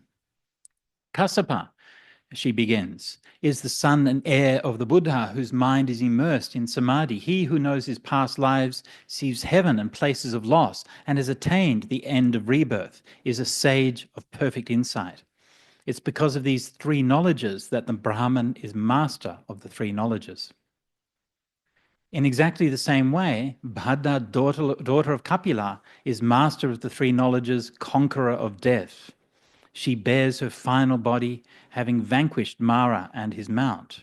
Seeing the danger of the world, both of us went forth. Now we are tamed, our defilements have ended, we've become cooled and quenched. So this is an interesting one because it does talk about her in relationship with her former husband, who was Kassapa, the great monk Kassapa. And so this is kind of an interesting, the way that she sets this up in a literary form, right? She begins by praising Kassapa, right? The son and heir of the Buddha, 2 verses praising Kassapa. Kassapa's all great virtues, right? It's all a setup. 3rd verse, she says, yeah, I got all of those same knowledges myself, actually. Yeah. So just so we're clear about that, right? And so it's one of the things which is so great about the Therigatha is, it's so bold, and these women are not ashamed to say, this is what I've done, this is what I've attained. Kassapa, the great disciple of the Buddha, the renowned Arahant. Yeah, I've got the same attainments he's done, right? I mean, it's bold, yeah? And then having talked about those 2 different ones, then the last verse brings in the we, right? And I think this is probably the only place in the canon that uses the we in this way. I'd have to check that, but I think it's certainly unusual. Seeing the danger of the world, both of us went forth. Yeah? Now we are tamed, our defilements have ended. So she's still talking, she's now reconciling and talking about both of them together in the plural. And the story of their ordination is quite a beautiful one. There's a long background story to it, many stories about the relationship between Bhadda Kapilani and Mahakassapa. But it seems that, according to the story, Kassapa's parents said that he had to get married. And he said, but I don't want to. And then they said, okay. And he said, I'll only get married if I can find a woman who meets all of these different criteria. And and he made this kind of list of this impossibly beautiful, perfect woman that his parents had to satisfy. And so they traveled around the whole of India, and they had a golden statue made that was like the perfect woman in this golden statue. And wouldn't you know it, they came across Bhadda Kapilani. So then they were betrothed and they had to be wedded. And he was like, well, I made the deal, I have to do it now. So he wrote her a letter saying, look, we're going to be married, but actually, look, I just want to renounce and be a monk. Meanwhile, she'd written him a letter and saying, we're going to be married, but actually, I just want to renounce and be a nun. So from the beginning, they sort of made this deal that this is what we're going to do. We're going to keep our parents happy, but then when the time comes, we'll renounce and we'll ordain. And in the Tibetan tradition, there's a very nice story about this, because it says that because Bhadda was so beautiful that when she went for alms round, she would get harassed and catcalled when she was walking through the village. So it seems catcalling is not a modern invention. Hey, beautiful. What's up? Right? And when Mahakassapa found out about that, he said to her, Venerable, don't you worry about that. Let me go. I'll collect food for you. You can stay in the monastery. I'll bring food back for you. And so you don't have to be subject to that. Yeah. And so Mahakassapa was going out of his way to protect her from harassment. And I don't know, but that might be one of the first examples anywhere in world literature where a man is going out of his way to protect a woman from harassment. Perhaps and one of the last ones too, probably. Yeah. But it's very sweet, because Kassapa sometimes has this kind of, it was obviously a pretty gruff character and pretty blunt, but he had his very gentle side as well. Yeah. So, oh, that's right. He's got your name in here. But Machu Haini. Yeah, that should be the proper form of it, actually. I was trying to think of it before. Oh, where is she? Is she gone now? Where is she? Machu Haini, the killer of death. Yeah. She's gone. Machu Haini. Anyway, you can remember that. All right. It's a good name, though. All right. All right, this one is very relatable. This is from another unnamed nun. In the 25, oh, by the way, look, we've been sitting for a while. If you want to stretch your legs or something, why don't you just stretch your legs? Do you want to do that? You good? You want to stretch? Yes, you don't feel that you have to.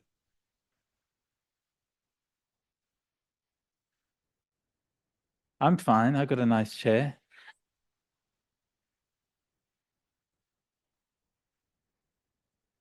Change you another cup of osmanthus, is it?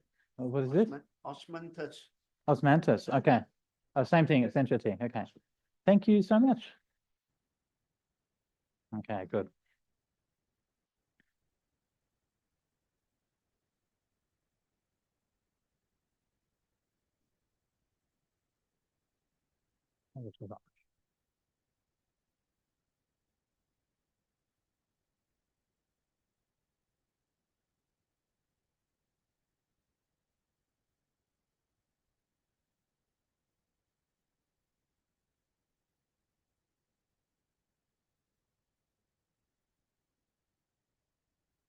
Yeah. Microphone. Hi, Ajahn. This is more like an intrusive thought question. Why in the suttas? Sorry, an intrusive thought question. Yeah, like Oh, that's awesome. That's exactly relevant for the next sutta. Fantastic. Why in the suttas do people get to talk to Mara, but I don't get to talk to Mara? Why does Mara not talk to me? Really? You've never talked to Mara? Or maybe one day. Yeah. Look, I mean, we kind of discussed this a little bit kind of beforehand about like the extent to which Mara is a real deva and so on. But I mean, the thing to me that, I always bear in mind, I look at these these as stories. Right? So these are tells the stories, which is there to illustrate a point. And did it actually happen or not? Who can say? Yeah. So I'm not. I don't kind of worry too much about proving the unprovable. But the other thing is, right? You see, you live in Singapore, right? When was the last time you stepped into the dark wilds of untamed forests? Not a lot, right? You see, when these things happened to these bhikkhunis, they were in the Andhawana, which is near Savatthi. Andhawana means the blind forest or the dark forest. Actually, literal translation of Underwater would be Mirkwood. Yeah, for any fans of Tolkien here. Yes, I did in fact translate Underwater as Mirkwood, but then it was a step too far. I had to back off from translating it as Mirkwood, but it's literally is exactly that thing. And so it's the idea that you're stepping into a dark forest where everything is obscure and there are animals moving around. And when you're spending time in those places, the other side is a lot closer. All right? And this is the thing that when we are, when we're living in a modern city and we have paved all the roads and we've chopped down all the trees and we've got aircon on and all of those things, then it's easy for us to not believe in these things. But when we are in the middle of the forest and there's no one around and the dark is piled upon black, is piled upon gloom, and shall I tell you a story of what happened to one monk in that situation? Yeah? So this was the story told to me by a friend of mine I mentioned before about staying at Daodam. That's where the Great Hornbill was. So it's a very secluded forest. And a monk who was a friend of mine was staying there with just a couple of other monks one time. And he's out there sitting in the morning. So at that place, right, at that time, you didn't even have a kuti. So I mentioned before about staying in like a very simple kuti. Like they didn't even have a simple kuti. They had just like a bamboo platform with a mosquito net.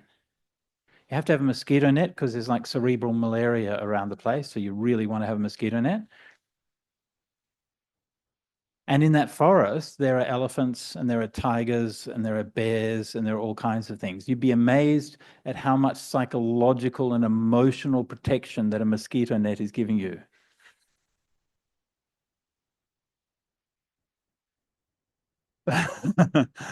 You really feel like you. Anyway, so he's sitting there,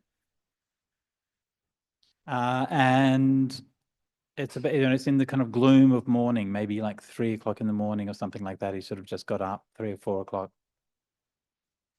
And there was something moving through the forest, and it was going like clunk, drag, clunk, drag, clunk, drag, coming from afar. And he's just like sitting there, mindfully breathing in, mindfully noting fear arising, fear. Clunk, drag, clunk. And then it stopped about a few meters away, maybe 6 meters away. And he's just sitting here and the thing is just there. And he doesn't know what it is and he doesn't know what's going to happen. And then he said, it let out a scream. He said, you know what the scream was like? He said, like the Black Riders in the Lord of the Rings? Yeah, it sounded like that. Yeah. So there you are in this deep, deep forest in the middle of nowhere, and this unknown thing is screeching like the Black Riders from the Lord of the Rings. And at that point, his sense of fear and trepidation turned into cold terror. And then it stopped. And then after a minute or two, it started clacking. He said it sounded like the sound on a gas stove when you press the button on a gas stove to light the spark, tack, tack, tack, tack, tack, tack, tack, tack, tack, but metallic. He said it sounded like a lobster clacking a metal claw. Tack, tack, tack, tack, tack, tack, tack, tack, tack, tack, tack. He said and he said that was the scariest thing of all. I said, and I said to him, look, I would have shone my torch to see what it was. He said, no, you wouldn't.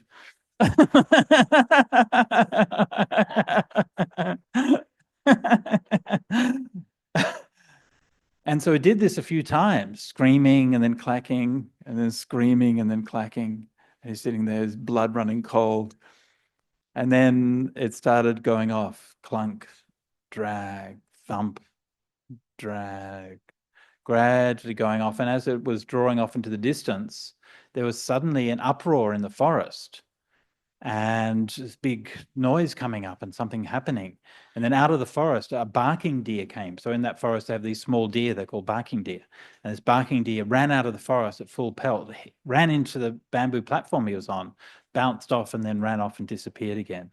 So that poor old deer had obviously encountered it. So when he came down, he told the other monks about what had happened. And they never found out what it was. They sort of tried to look and try to see what it might be, but never found it. So what it was, we still do not know. Yeah. So when you're living in a forest with it, then yeah, your perception of reality is different. Yeah. Anyway. Okay, so this is from an unnamed nun, and very relatable story. In the 25 years since I went forth, I have found I've not found peace of mind, even for as long as a finger snap.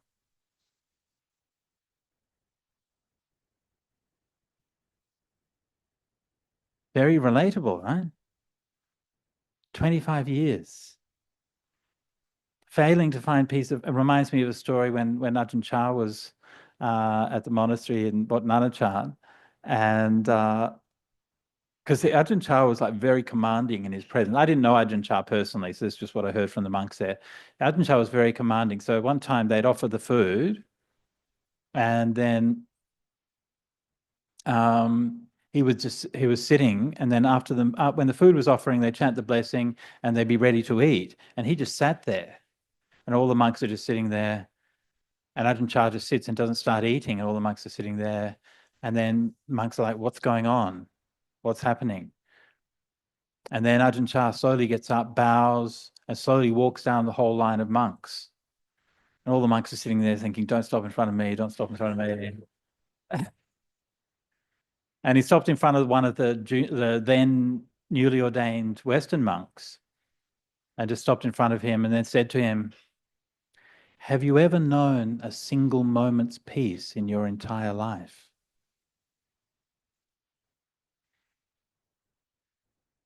And that's all. Went back, started eating the meal. Yeah. Anyway, so this poor nun, failing to find peace of heart, festering with sensual desire, I cried with flailing arms as I entered a dwelling. I approached a nun. I mean, she's bad, right? 25 years, right? Crying, wailing. I mean, she's really distraught and depressed. She approached a nun in whom I had faith. She taught me the Dhamma. Sa me Dhamma me desesi.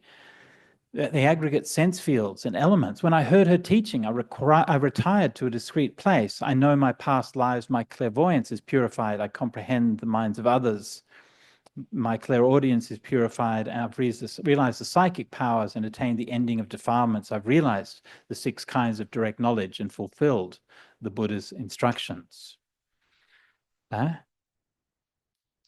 So this one also nice because it shows that, well, first of all, practice is not always smooth and predictable. And it tells us very clearly that all of the advertising for meditation is lying to us. Okay, just so we're clear. So if you do like a Google image search for meditation, right? Google image search for meditation, it gives you slim blonde women sitting beside lakes in perfect lotus posture, in perfect tranquility. And then you see that and you think, yes, that's what I want. I want to be just like that. And then you sit and meditate. Strangely enough, it's not just like that. And even for those who've ordained, yeah, who can say? The mind is strange. And this is one of the great things about the Therigatha and Therigatha's collections, is that you know, when you read the suttas and the prose suttas, it's laying out like this is the Eightfold Path, this is the gradual training, it's giving all of the teachings, it's how to meditate, and it all makes so much sense, you know, because it's teaching you a theory. And this is telling you about how people live. And that theory, it's a bit more complicated when you actually live. And it's not just the case that everyone who ordains, even in the time of the Buddha, was just going off and meditating and it was all fine. 25 years of struggle, yeah? But then to find her solace, then she didn't get a solace from the Buddha, she didn't get the solace from a monk, she got the solace from another nun.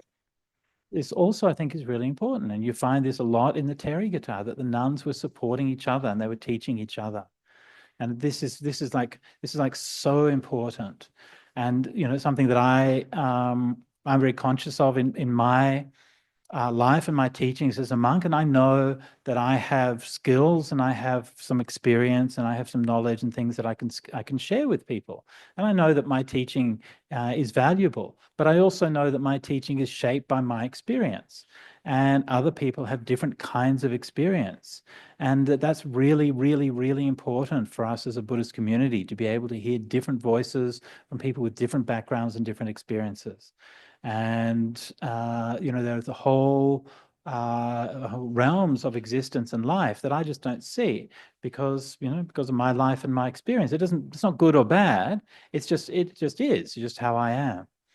And so if she can find the nun, like the nun what that nun taught her, the aggregate sense fields and elements, actually is just standard Buddhism, standard teachings. But the nun in whom she had faith, yeah, this is the thing. She made some connection with that person, and that was what allowed her to find the truth.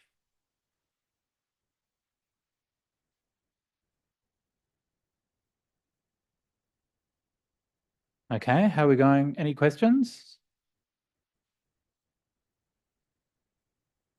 Oh, by the way, who's doing, are you guys doing like a Dhamma teaching course or something here? Yeah? Who's doing the Dhamma teaching course or teaching Dhamma? Sister Sylvia Bay. She Okay. has a Dhamma foundation course that runs Okay. on every Saturday. Oh, great. And who's taking that? Who's doing some Dhamma teaching? Oh, sadhu, sadhu, sadhu, sadhu. All of you. That's so good. Oh, excellent. Now I can retire. That's fantastic. No. It's so good. It's so important. And, you know, we need to be giving each other the confidence to be able to teach and to share Dhamma. And everybody has some wisdom in you, you know, and a lot of the times when people are thinking, should I teach or share Dhamma, but I'm not enlightened, or I haven't got this, or I haven't got that. Look, you can compare yourself to the Buddha if you like, and then feel inadequate, okay? Okay. Right? And look, fair enough, right? We should aspire to be like the Buddha and to have his wisdom. Yeah, fair enough. But compare yourself with the average person on the internet. Right? And then you're like, yeah, I'm not too bad. Right? Not too bad. And this is actually a huge thing. It's a huge problem in our world, that our world is being drowned in absolute rubbish. And we have these industrial quantities of bullshit being manufactured by all these AI farms and all these troll farms and these bots and all of these things. And we're drowning in it. It's just shocking. It's terrible. And people's lives are being, and it's not as if this is just an accident or something like that. It's being deliberately manufactured in order to create delusion. This is the purpose of all of these things. All of these AI machines, all of this stuff, they're manufacturing delusion at a massive scale. Yeah, massive scale. And that's their purpose. And it's all the more important that human beings stand up for kindness, stand up for each other, stand up for forgiveness, right? Stand up for fairness, you know, and just to make your voice known. And you don't have to be strident about it. You don't have to be the best. You don't have to be the wisest, but at least to have some confidence to say, no, actually Dhamma has a place in our world. Yeah, I was just in England just before we came here, and I had a very good chance to meet in person Professor Richard Gombrich. I've met him online before, but first time I met him in person. So some of you have heard of Richard Gombrich. He's kind of the doyen of Buddhist studies. in Oxford. He was a professor at Oxford for many years. He's retired now, and he's 86, and he's with his wife there, who's this Indian Sanskrit scholar who is bright and cheerful and 94. Yeah, so that was great. I had this really nice chat with Richard, and one of the things that he said was that during the in all of the news reporting on the war in Gaza, he had been trying to listen to a Buddhist perspective on what was happening. And he said that, he'd never heard a single person talking from a Buddhist perspective. And in particular, he wasn't even worried. So he wasn't so much saying that there's nobody out there saying, I'm a Buddhist and this is what I think, right? That's not what he was worried about. But he's saying that from a Buddhist perspective, you can, if somebody attacks you, that means you don't have to attack them back. Right? And nobody was saying that. Right? Nobody was actually saying that this is a possibility, right? Or it's not even part of the conversation, right? It's all about, well, how much is okay to attack someone back, or should they keep attacking, or is this too much? And that kind of conversation. But no one actually saying that if someone attacks you, then sometimes you don't have to attack them back. I read a number of years ago, I read a story in Australia about police car chases. There's a really interesting article, a long-form article by a policeman. And he said that there was a whole culture in the cops of these car chases, because being a cop is mostly boring and car chases are really fun. And so right from the time that you're in the police academy, then like all the old cops will come in and tell you their stories about these chases they did and all of these kinds of things. And so it was they had a symbiotic relationship with like all of these car thieves and so on, right? So the culture was that the kids would steal a car and then they'd like come, it'd be nighttime and they'd drive past, they'd turn their lights off and they'd drive past where the cops were to bait them. And the cops would put their siren on and scream off, and the kids would scream off in their car, and then they just go. And they'd like go down the freeway the wrong way, or they'd go through suburbs and across intersections, all this incredibly dangerous stuff. For what, right? For a couple of kids who were just going joyriding. And this had gone on for years, like year after year, this would happen. And he said that they had all these rules they were supposed to keep. Like, so you're not supposed to exceed certain speeds, right? So you're not supposed to go over whatever it is, 100 kilometers an hour or something. So he said they'd have to check in to base every so often. So they'd wait till they were driving around a corner and then they'd report their speed,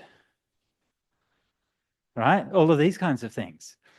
And eventually, he was from Melbourne, and eventually he said that they just decided, no, this is just crazy, and they said, okay, we're not going to do any car chases, and they just stopped. And the kids tried to bait the cops for a while, didn't work. The kids got bored, and then the problem just went away. Years, decades actually, they were doing this for nothing, right? And so sometimes, and I'm not saying that this is going to work in every case, but sometimes you don't have to actually do anything, and that's actually the strength, is the strength of restraint. And so anyway, Richard was saying that he hadn't heard anybody saying this kind of perspective, and that was a voice that was missing from the conversation, and he wasn't talking about like in Buddhist communities. He was saying like listening to the mainstream media, listening to BBC and these kinds of things.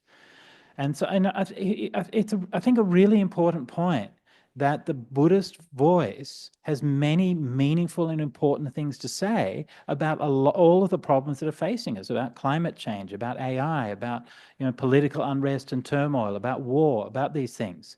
And like what you say, like different Buddhists have different perspectives on things. That's fair enough. Buddhists don't have a unified voice, right? But we are informed by a consistent set of values, right? Sometimes it's difficult to know what to do in a particular situation, fine. But we're informed by a set of values. And that set of values has a wisdom to it and a compassion and a kindness, which is invaluable for the world, more now than ever before. So I think it's really important that as Buddhists, we don't want to necessarily be the loudest. We're not one who's going to be yelling all the time, but we should be the person who maybe doesn't speak often, but who, when they speak, says something worth speaking so that people will listen and take note of it. So I do have a question, Ajahn, when it comes to that, right? So this morning, I think you said sometimes all of us has the potential to be evil and of course to be kind as well. And sometimes, depending on our own conditions, we cannot imagine the kind of evil that can take place. And as Buddhists, because of the way and the concept or the mindset that we have, sometimes I feel like we make ourselves easy targets as well. So if you go out and say, look, we don't have to engage just because they try and attack, then, it can also flip around and say, well, that's an easy one, then we'll go for them. And I think this is where the conflict is, because the nature, at least I feel, or maybe I'm still disillusioned, right? So the nature of the teachings that I feel that we have is like, why bother to engage? And then if you engage, you might become the easy target. So that's kind of a bit of a conflict I felt. I don't know. What do you think about that? Sure, yeah. No, absolutely. And, it is Wild West out there. And, especially once you're online and on social media and stuff like that, it's often awful. And I know it's especially awful for women to be on those places, and the harassment and stuff can be absolutely dreadful. Look, in terms of one thing to bear in mind for engaging online, don't try to engage, don't feed the trolls, don't get engaged, don't get in arguments. If you have something to say, get in a conversation with people who it's constructive. If you don't like it, just block them and move on. Just block them and move on. Really, just block them. It's okay. And it's not your job to give someone the course in basic politeness that they should have learned when they were 12, And the reality is a lot of people online are behaving like little children. And sometimes they get elected to be president as well, and they still haven't learned how to behave like children. And they still haven't learned, and they behave like toddlers. And the reason, because nobody said no to them, And you can't reason with people like that, right? They have to have somebody who says, it's just the reality. And so it's absolutely crucial to be able to protect ourselves and to make sure that we cultivate supportive environments to be in. Yeah.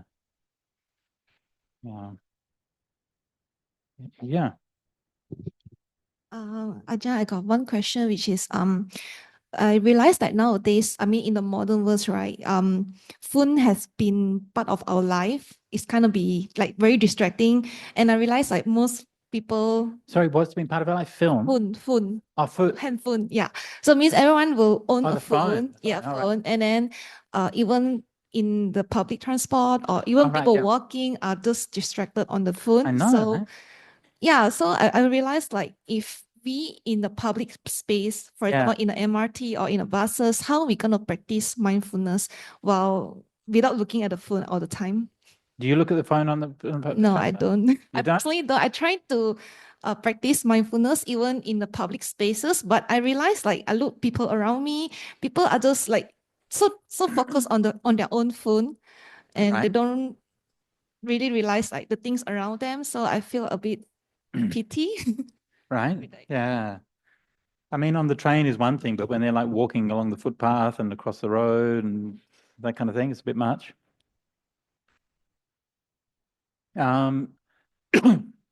Yeah, definitely trying to reclaim our time from our screens. When I was doing, I had this gag when I was doing these retreats recently, and before the first retreat, we do like a whole talk on like the precepts and all the basics for the retreat. And during that whole time, I would have a hammer. Actually, it was at Sri Sampanno Monastery. I said to the nuns there, "Can you get me a hammer for my first talk?" I'm sorry. Anyway, they got me like this really big sledgehammer. It was great. And so you get into the whole talk, and you don't say anything about the hammer for the whole talk, right? And then you say, if anybody's phone doesn't have an off switch, I've got here a universal off switch for all of us, yeah? But I don't know if this happened to you, but like a few months ago, there was an Android update where they turned the off button into an AI button. Did that happen to anyone here? It happened to a few people, right? So if depending on the Android version, I mean, it seems like an overly an obvious metaphor for like literally everything that's happening. You literally can't turn the machines off. Now they just turns AI on. So yeah, but yeah, definitely try to. I mean, these things are all designed to be addictive, and it's not just it's not just an opinion. That's what all of the engineers who built all of these social media said. They said we deliberately designed them in order to be as addictive as possible. And they all say that they wouldn't give these things to their children, and is why I support the Australian government's now banned social media for kids under 16, which I think is fantastic. And I know that there are always problems with these things, but the cost is just too great. And there's been a massive increase in mental health problems since the introduction of the smartphone around 2012, especially among teenage girls. And it's too much of a cost for what, right? So kids can, whatever, look at Facebook or something. I mean, it's crazy, or TikTok or whatever. There's more to life than these things. So I think we've been far too cavalier in just letting these things into our life, and just same with AI and the use of AI in education. Absolute disaster. A few months ago, in OpenAI found out that everybody in the Philippines stopped using ChatGPT for 2 weeks, and they're like, "Why did everyone stop using ChatGPT for 2 weeks?" School holidays.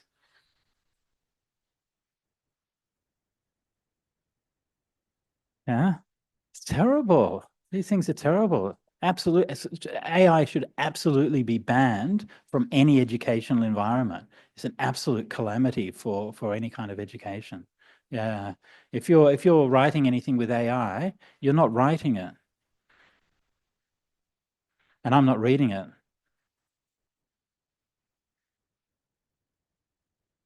Yeah. Okay, so at 4 o'clock, so we're getting close to the end. How about we have we got time for one more? Have we got time for one more? It's really just to make sure we don't work you too hard. Oh no, I'm going now. You're not going to stop me. So this is a bit around the kind of working away finally to the description for the talk this evening, or for the session this evening. Sorry, my jet lag's still catching up with me. For the session this afternoon, which was like I'm planting the tree in the sand, right? So now this was Bhadda Kundalakesa who said that, and we've got her verses coming up now. So Bhadda Kundalakesa is an awesome nun, one of my favorites, and she has a long and complicated backstory. Now, I wrote a book a number of years ago called Dreams of Bhadda. Right, so this is a novella written about the life of Bhadda, drawing on the ancient sources and so on, but told in an imaginative way. So if you want to read the story of Bhadda, Dreams of Bhadda, you can find it online, okay, Sujato. Oh, and by the way, while I'm at it, since then I wrote an actual novel called The Harbingers, which is a sci-fi novel about climate change, the end of the world, and enlightenment. So it's awesome. If you want to read that, yeah, The Harbingers is excellent. And we don't have enough imaginative stuff in Buddhism. Do you agree? Like, I think BF is pretty good. BF always keeps things alive and like challenges things and does things in different ways. And I think that's great. But too often in Buddhism, we don't have enough stuff. I was in Jakarta last year, and we were at some event at some temple or something like that. And I was talking to this one lady, about Dhamma or something, and she was like really intelligent, really interested and so on. And I said, "Oh, is there a temple that you go to regularly?" And she just kind of looked a bit shy, or a little bit embarrassed or something. She said, "To tell you the truth, Bhante, it's all just so boring." And I had to say, "Yeah, you're kind of right. It is a bit." Yeah, so we got to use our imaginations. We got to do things differently. We got to, try some new things, do some experiments. If it doesn't work, it's all right. It doesn't work. Who cares, right? Try something else. And so that's why, one of the things that I do, I don't just do translations because translation is very disciplined and so on. Also write novels occasionally when I feel like it. Why not? Okay, anyway, so this is Bhadda. So the story of Bhadda was that she was the daughter of this magistrate in the town of Rajagaha, fell in love with this guy, right? Who, not just this guy, but this convicted murderer, who was being paraded down the street, pelted with mud and stones and dung to be taken to the execution grounds. And she was like in her home, and she looked out the window and she saw this guy and she's like, oh my God, I'm in love.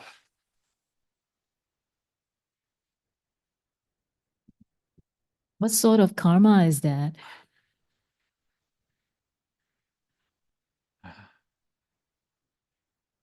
And you know what they say about the bad boys, right? She loved a bad boy. So she just lay down on the floor and wouldn't move. And her parents said, Bhadda, what are you doing? Why won't you move? And she said, I must have him. Who? She said, Satyaka, the condemned criminal. They're like, what? No, I must have him. He's so dreamy.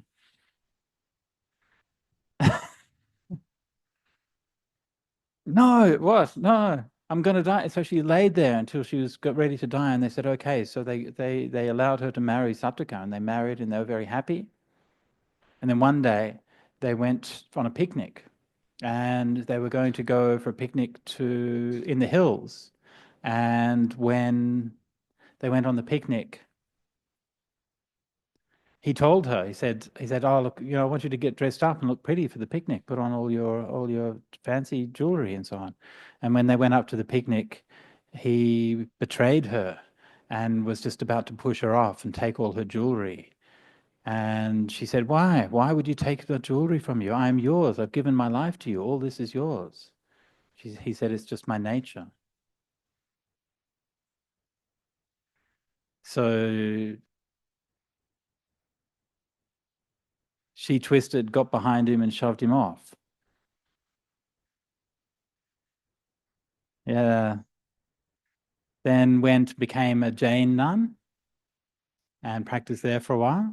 And then, according to the story, met the Buddha when she was practicing on Vulture's Peak. So that story I just told is from the commentary. So there's quite a lot of commentarial literature, and a lot of stories have gathered around Bhadda Kundalakesa.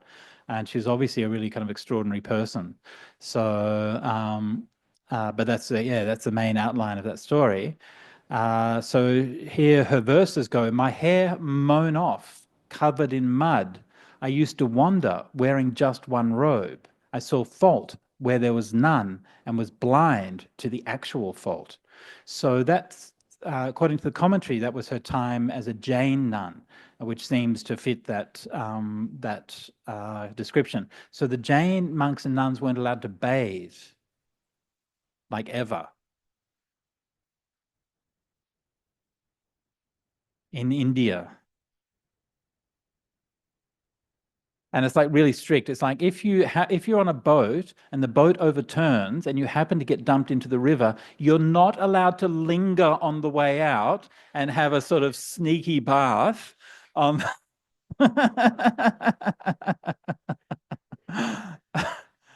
And here it says that she was wearing one robe. So this is one of the controversies in Jainism, because usually or at least one part of them, the male monks would be naked, but the nuns would wear one robe.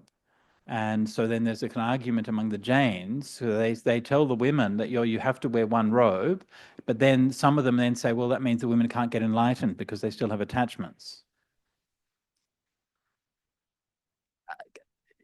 Yeah. Anyway, that's the kind of controversy in the Jain community. But anyway, so that's what she was doing. Leaving my day's meditation on Vulture's Peak Mountain, I saw the stainless Buddha at the front of the mendicant Sangha. I bent my knee and bowed, and in his presence raised my joined palms. Come, Bhadda, he said, that was my ordination. So, so this is a very powerful verse and very historically significant. So in the early days of the Sasana, before they'd established all of the detailed ordination procedures and Vinaya procedures and everything, the Buddha would give the ordination just by saying, Ehi bhikkhu, come monk, and that's it. And so all of the early disciples were ordained in that way. And this is the only recorded instance of a bhikkhuni being ordained in that way. And I think it's very interesting because there are a lot of textual reasons to doubt whether the Mahapajapati story is historically authentic, and without going into all of those details. But I believe that this may be, in fact, the first bhikkhuni, and that she was the first. Bhadda Kundalakesa was the first bhikkhuni, and the story of Mahapajapati was a later development. That's what I suspect, anyway. Prior to that, so she had been practicing with the Jains, and she had become a renowned disputationist. Debater is better, a renowned debater.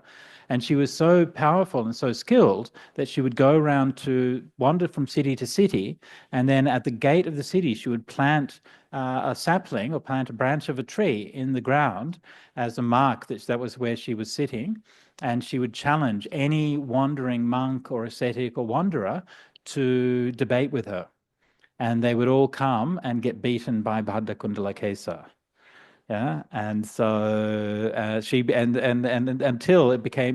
became so notorious that as soon as she planted her tree, they all used to avoid that particular city. They used to go out by another gate and make sure they didn't come across her because it was too humiliating to be beaten by her yet again, except for Venerable Sariputta. So Sariputta came and spoke with her and convinced her. So that's why she had come to the Buddha to seek ordination. So again, that story is from the commentary, but that's that's where that comes from. So this is very interesting because it apparently gives the very first, or at least, well, it certainly gives the only example of the Ehi bhikkhuni ordination, and it is certainly an early ordination and maybe the first ordination. Although that's obviously it's a bit speculative, but that's what I suspect. She then goes on to give just another couple of verses which are separate to that ordination story. I've wandered among the Magadhans, among the Angans and Magadhans, the Vajjis, Kasis and Kosalans. These are all the different nations in that part of the world. I've eaten the alms food of the nations free of debt for 50 years. All right, so free of debt means she was an arahant. Oh, he has made so much merit. That lay follower so very wise, he gave a robe to Bhadda, who's released from all ties. So the first verse is talking about her journeys as a bhikkhuni. And this, of course, is also very significant because wandering alone and wandering across the countryside is not easy. It's dangerous. And even for women today, it's still dangerous. And in those days, even more so. And so she did that for much of her life and wandered across so much of the countryside. And so that, again, just shows her boldness and her strength. And she's not like, she's just saying, this is what I've done. It's so straightforward and so clear. This is how she's lived her life.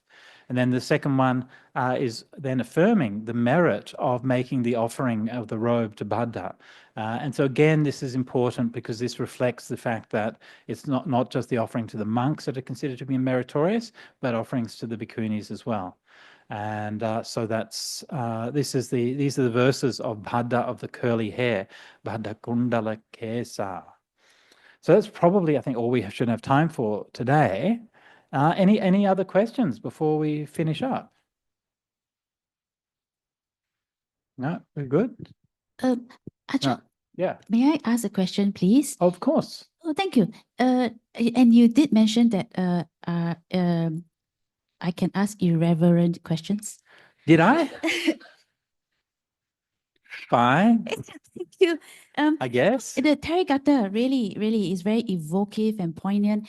But is there also the question is a very interesting is so if you commit adultery, do you actually get reborn as a castrated monkey?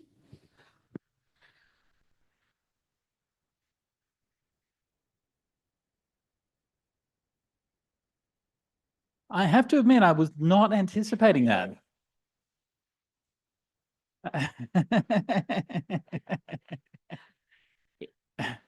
If you commit adultery, will you be reborn as a castrated monkey? From 𝑒𝑗𝑗𝑠𝑡 Therigatha. Yeah.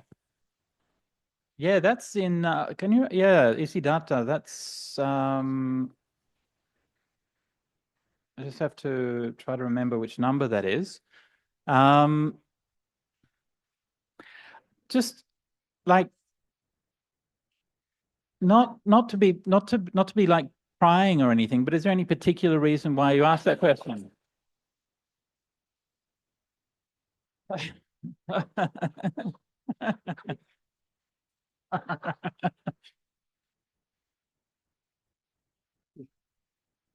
just wondering. So okay, thank you for that question. So as we've seen, like there's this quality that the Therigatha verses have, this quality of simplicity, directness, based on this real experience. It's maybe like a simple narrative or something like that, but it's very straight. Now, there's a few of the poems right at the end of the Therigatha which are not really like that, and they're quite a different style. And the Isidasi verses are one of those verses, most likely added somewhat later, maybe around the time of King Ashoka or something like that. Let me just see if I've got a note on that. I'll just mention Isidasi. Don't think I've got a footnote. Just so you know, one of the project that I'm working on at the moment is I'm working on a comprehensive set of footnotes and annotations for all of the suttas. I've worked through the Digha Nikaya and Majjhima Nikaya, and I'm also revising my translations as I go. And so that's my plan over the next few years, is to continue doing that for the rest of the suttas. I haven't got quite as far to doing comprehensive notes on this one yet, I think. Let me just double check here. I might have made some Isidasi. There might be some historical notes there. Right, so okay, so on the Isidasi Sutta, okay. Right, so first of all, the location is given at Pataliputta.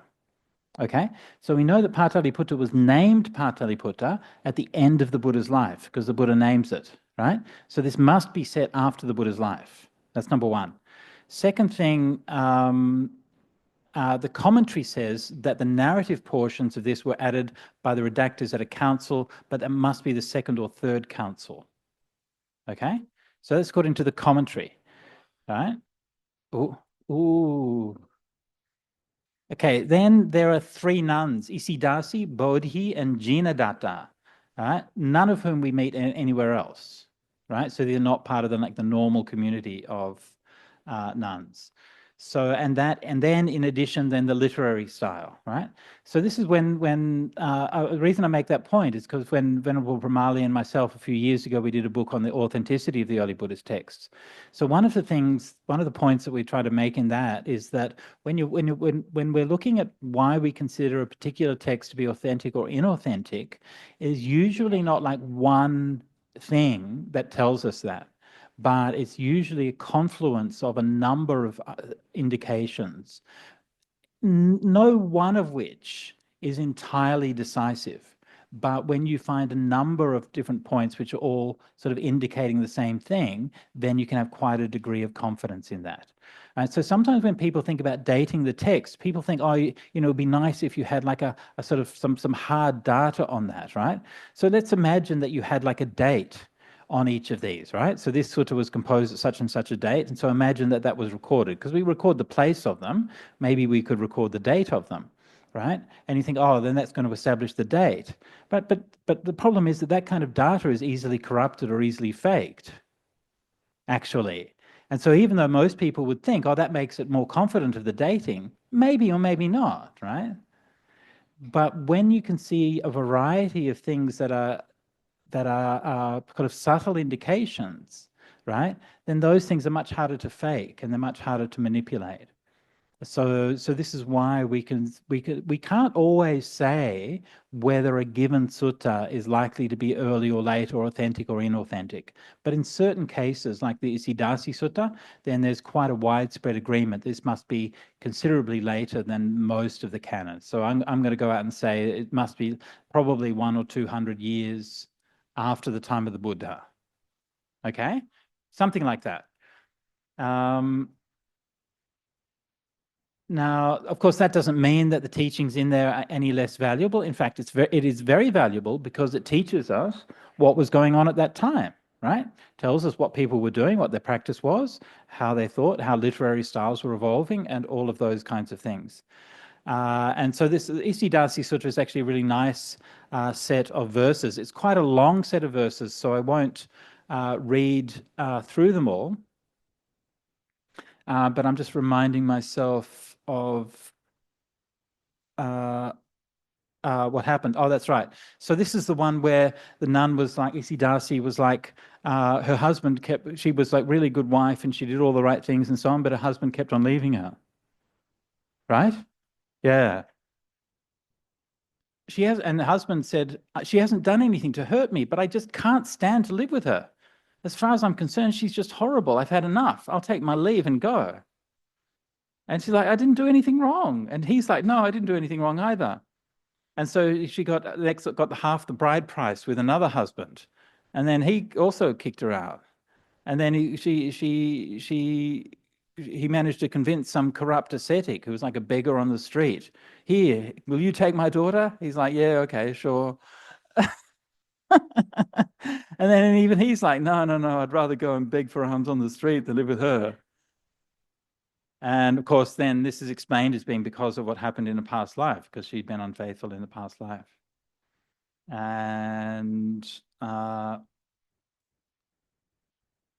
that's right. So in a past life, in the city of Therigatha, I was a goldsmith with lots of money. So she was born as a man in a past life, right? Drunk on the pride of youth, I had sex with someone else's wife. Having passed away from there, I burned in hell for a long time. Rising up from there, I was conceived in a monkey's womb. When I was only 7 days old, I was castrated by the monkey chief. That was the fruit of that deed because of adultery with another's wife. Yikes.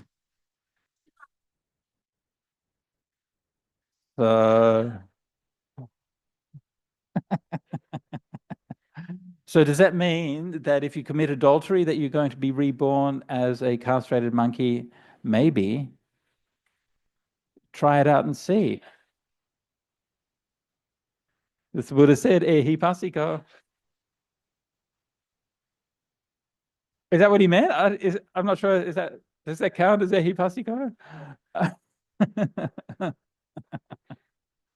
What we do know is that the Buddha said that if you do bad karma, you get bad results.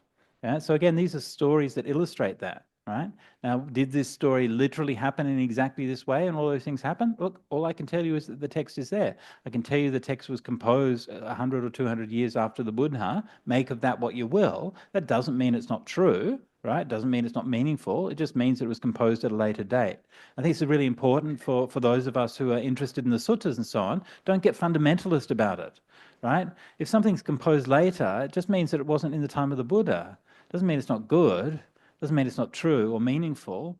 So what we have in the Buddhist tradition is like a record of how the Buddhist tradition understood and practiced the Dhamma through the years, which is actually really useful because then you see how all of these different people at different times and places responded to the Dhamma. And of course, we do that as well. You know, we take the Dhamma and practice it in the best way that we can. So, yeah. Okay. I hope that set your mind at ease. Thank you. Yes, it does. It did. Okay, very good. Oh yeah, please. So one final question.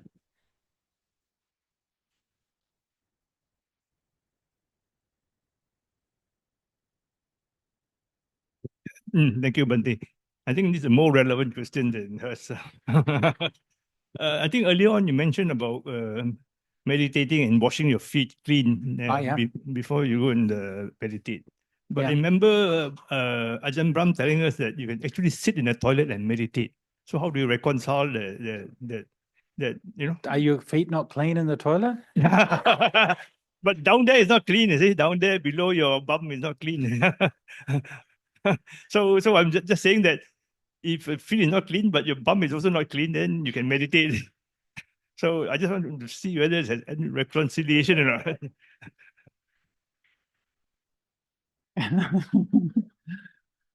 Come to Singapore, meet fascinating people, and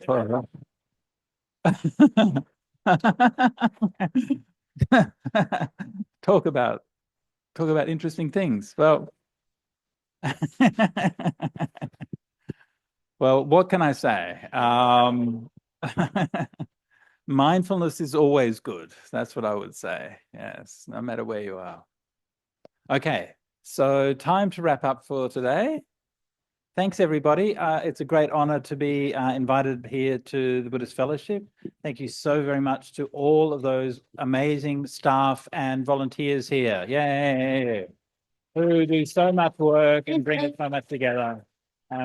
Yay. And look, let me say this in all honesty. I've just traveled to Norway, Sweden, Poland, Belgium, Germany, Switzerland, Italy, England, and nowhere is there a Buddhist center as good as the Buddhist Fellowship. Yay!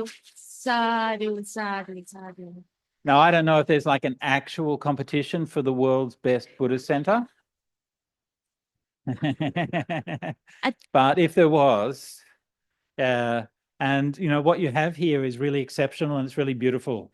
You know, and look, Singapore obviously has a lot of opportunities. There's a lot of people interested in Buddhism here, but the reality is that there are people interested in Buddhism everywhere.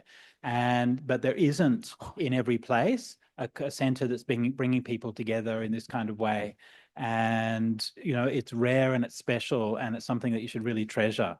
And, you know, do what we can to support it, because these things sometimes can be easy to come by and hard to come by and then easy to lose, right? And of course, BF is now doing the renovations for the new center, as you can see there, and looking forward to going there next time. Yeah, thank you, Ajahn. Sadhu, sadhu, sadhu. And Ajahn, we would like to make it even better. We would like to thank you for the I think 2 decades, more than 2 decades of coming here and teaching us teaching us about. You don't have to emphasize that detail so much. It's still looking young, and teaching us about the stories and the culture and the history and the poignancy and the drama and the pathos of the suttas. We want to present to you a tiny Upagupta. What? This is Upagupta from Thailand. No. Oh my from goodness. All of us at Buddhist Fellowship. Thank you, Ajahn. Oh my goodness. Sadhu, sadhu. I am literally gobsmacked.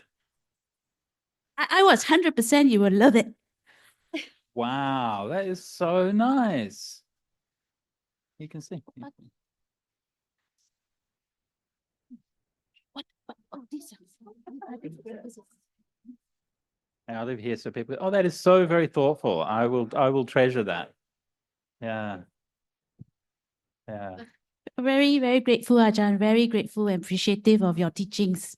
We remember Upagupta from 2 decades. I mean, recently. Yes, I know.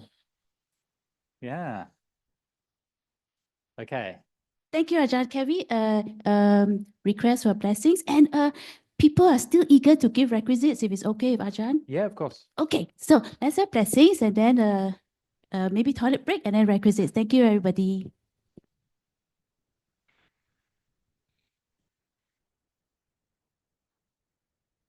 Oh, wait, just a blessing. Short blessing. Jayanto bodhiya mule sakyanam nandi vardhano evang tavang vijayo hohi jaya sujaya mangale aparajita palanke si se 𝒕𝒉𝒂𝒂𝒂𝒃𝒃 abhiseke sambabudhanam Agapato pamodati sunakatang sumangalang supabhatang suhutitang sukhano sumuhuto chasuhitang brahmachari su padakirnang kaya kamang vacha kamang padakirnang mano kamang panidhite padakirna nikapntwana labhandate Padakirne.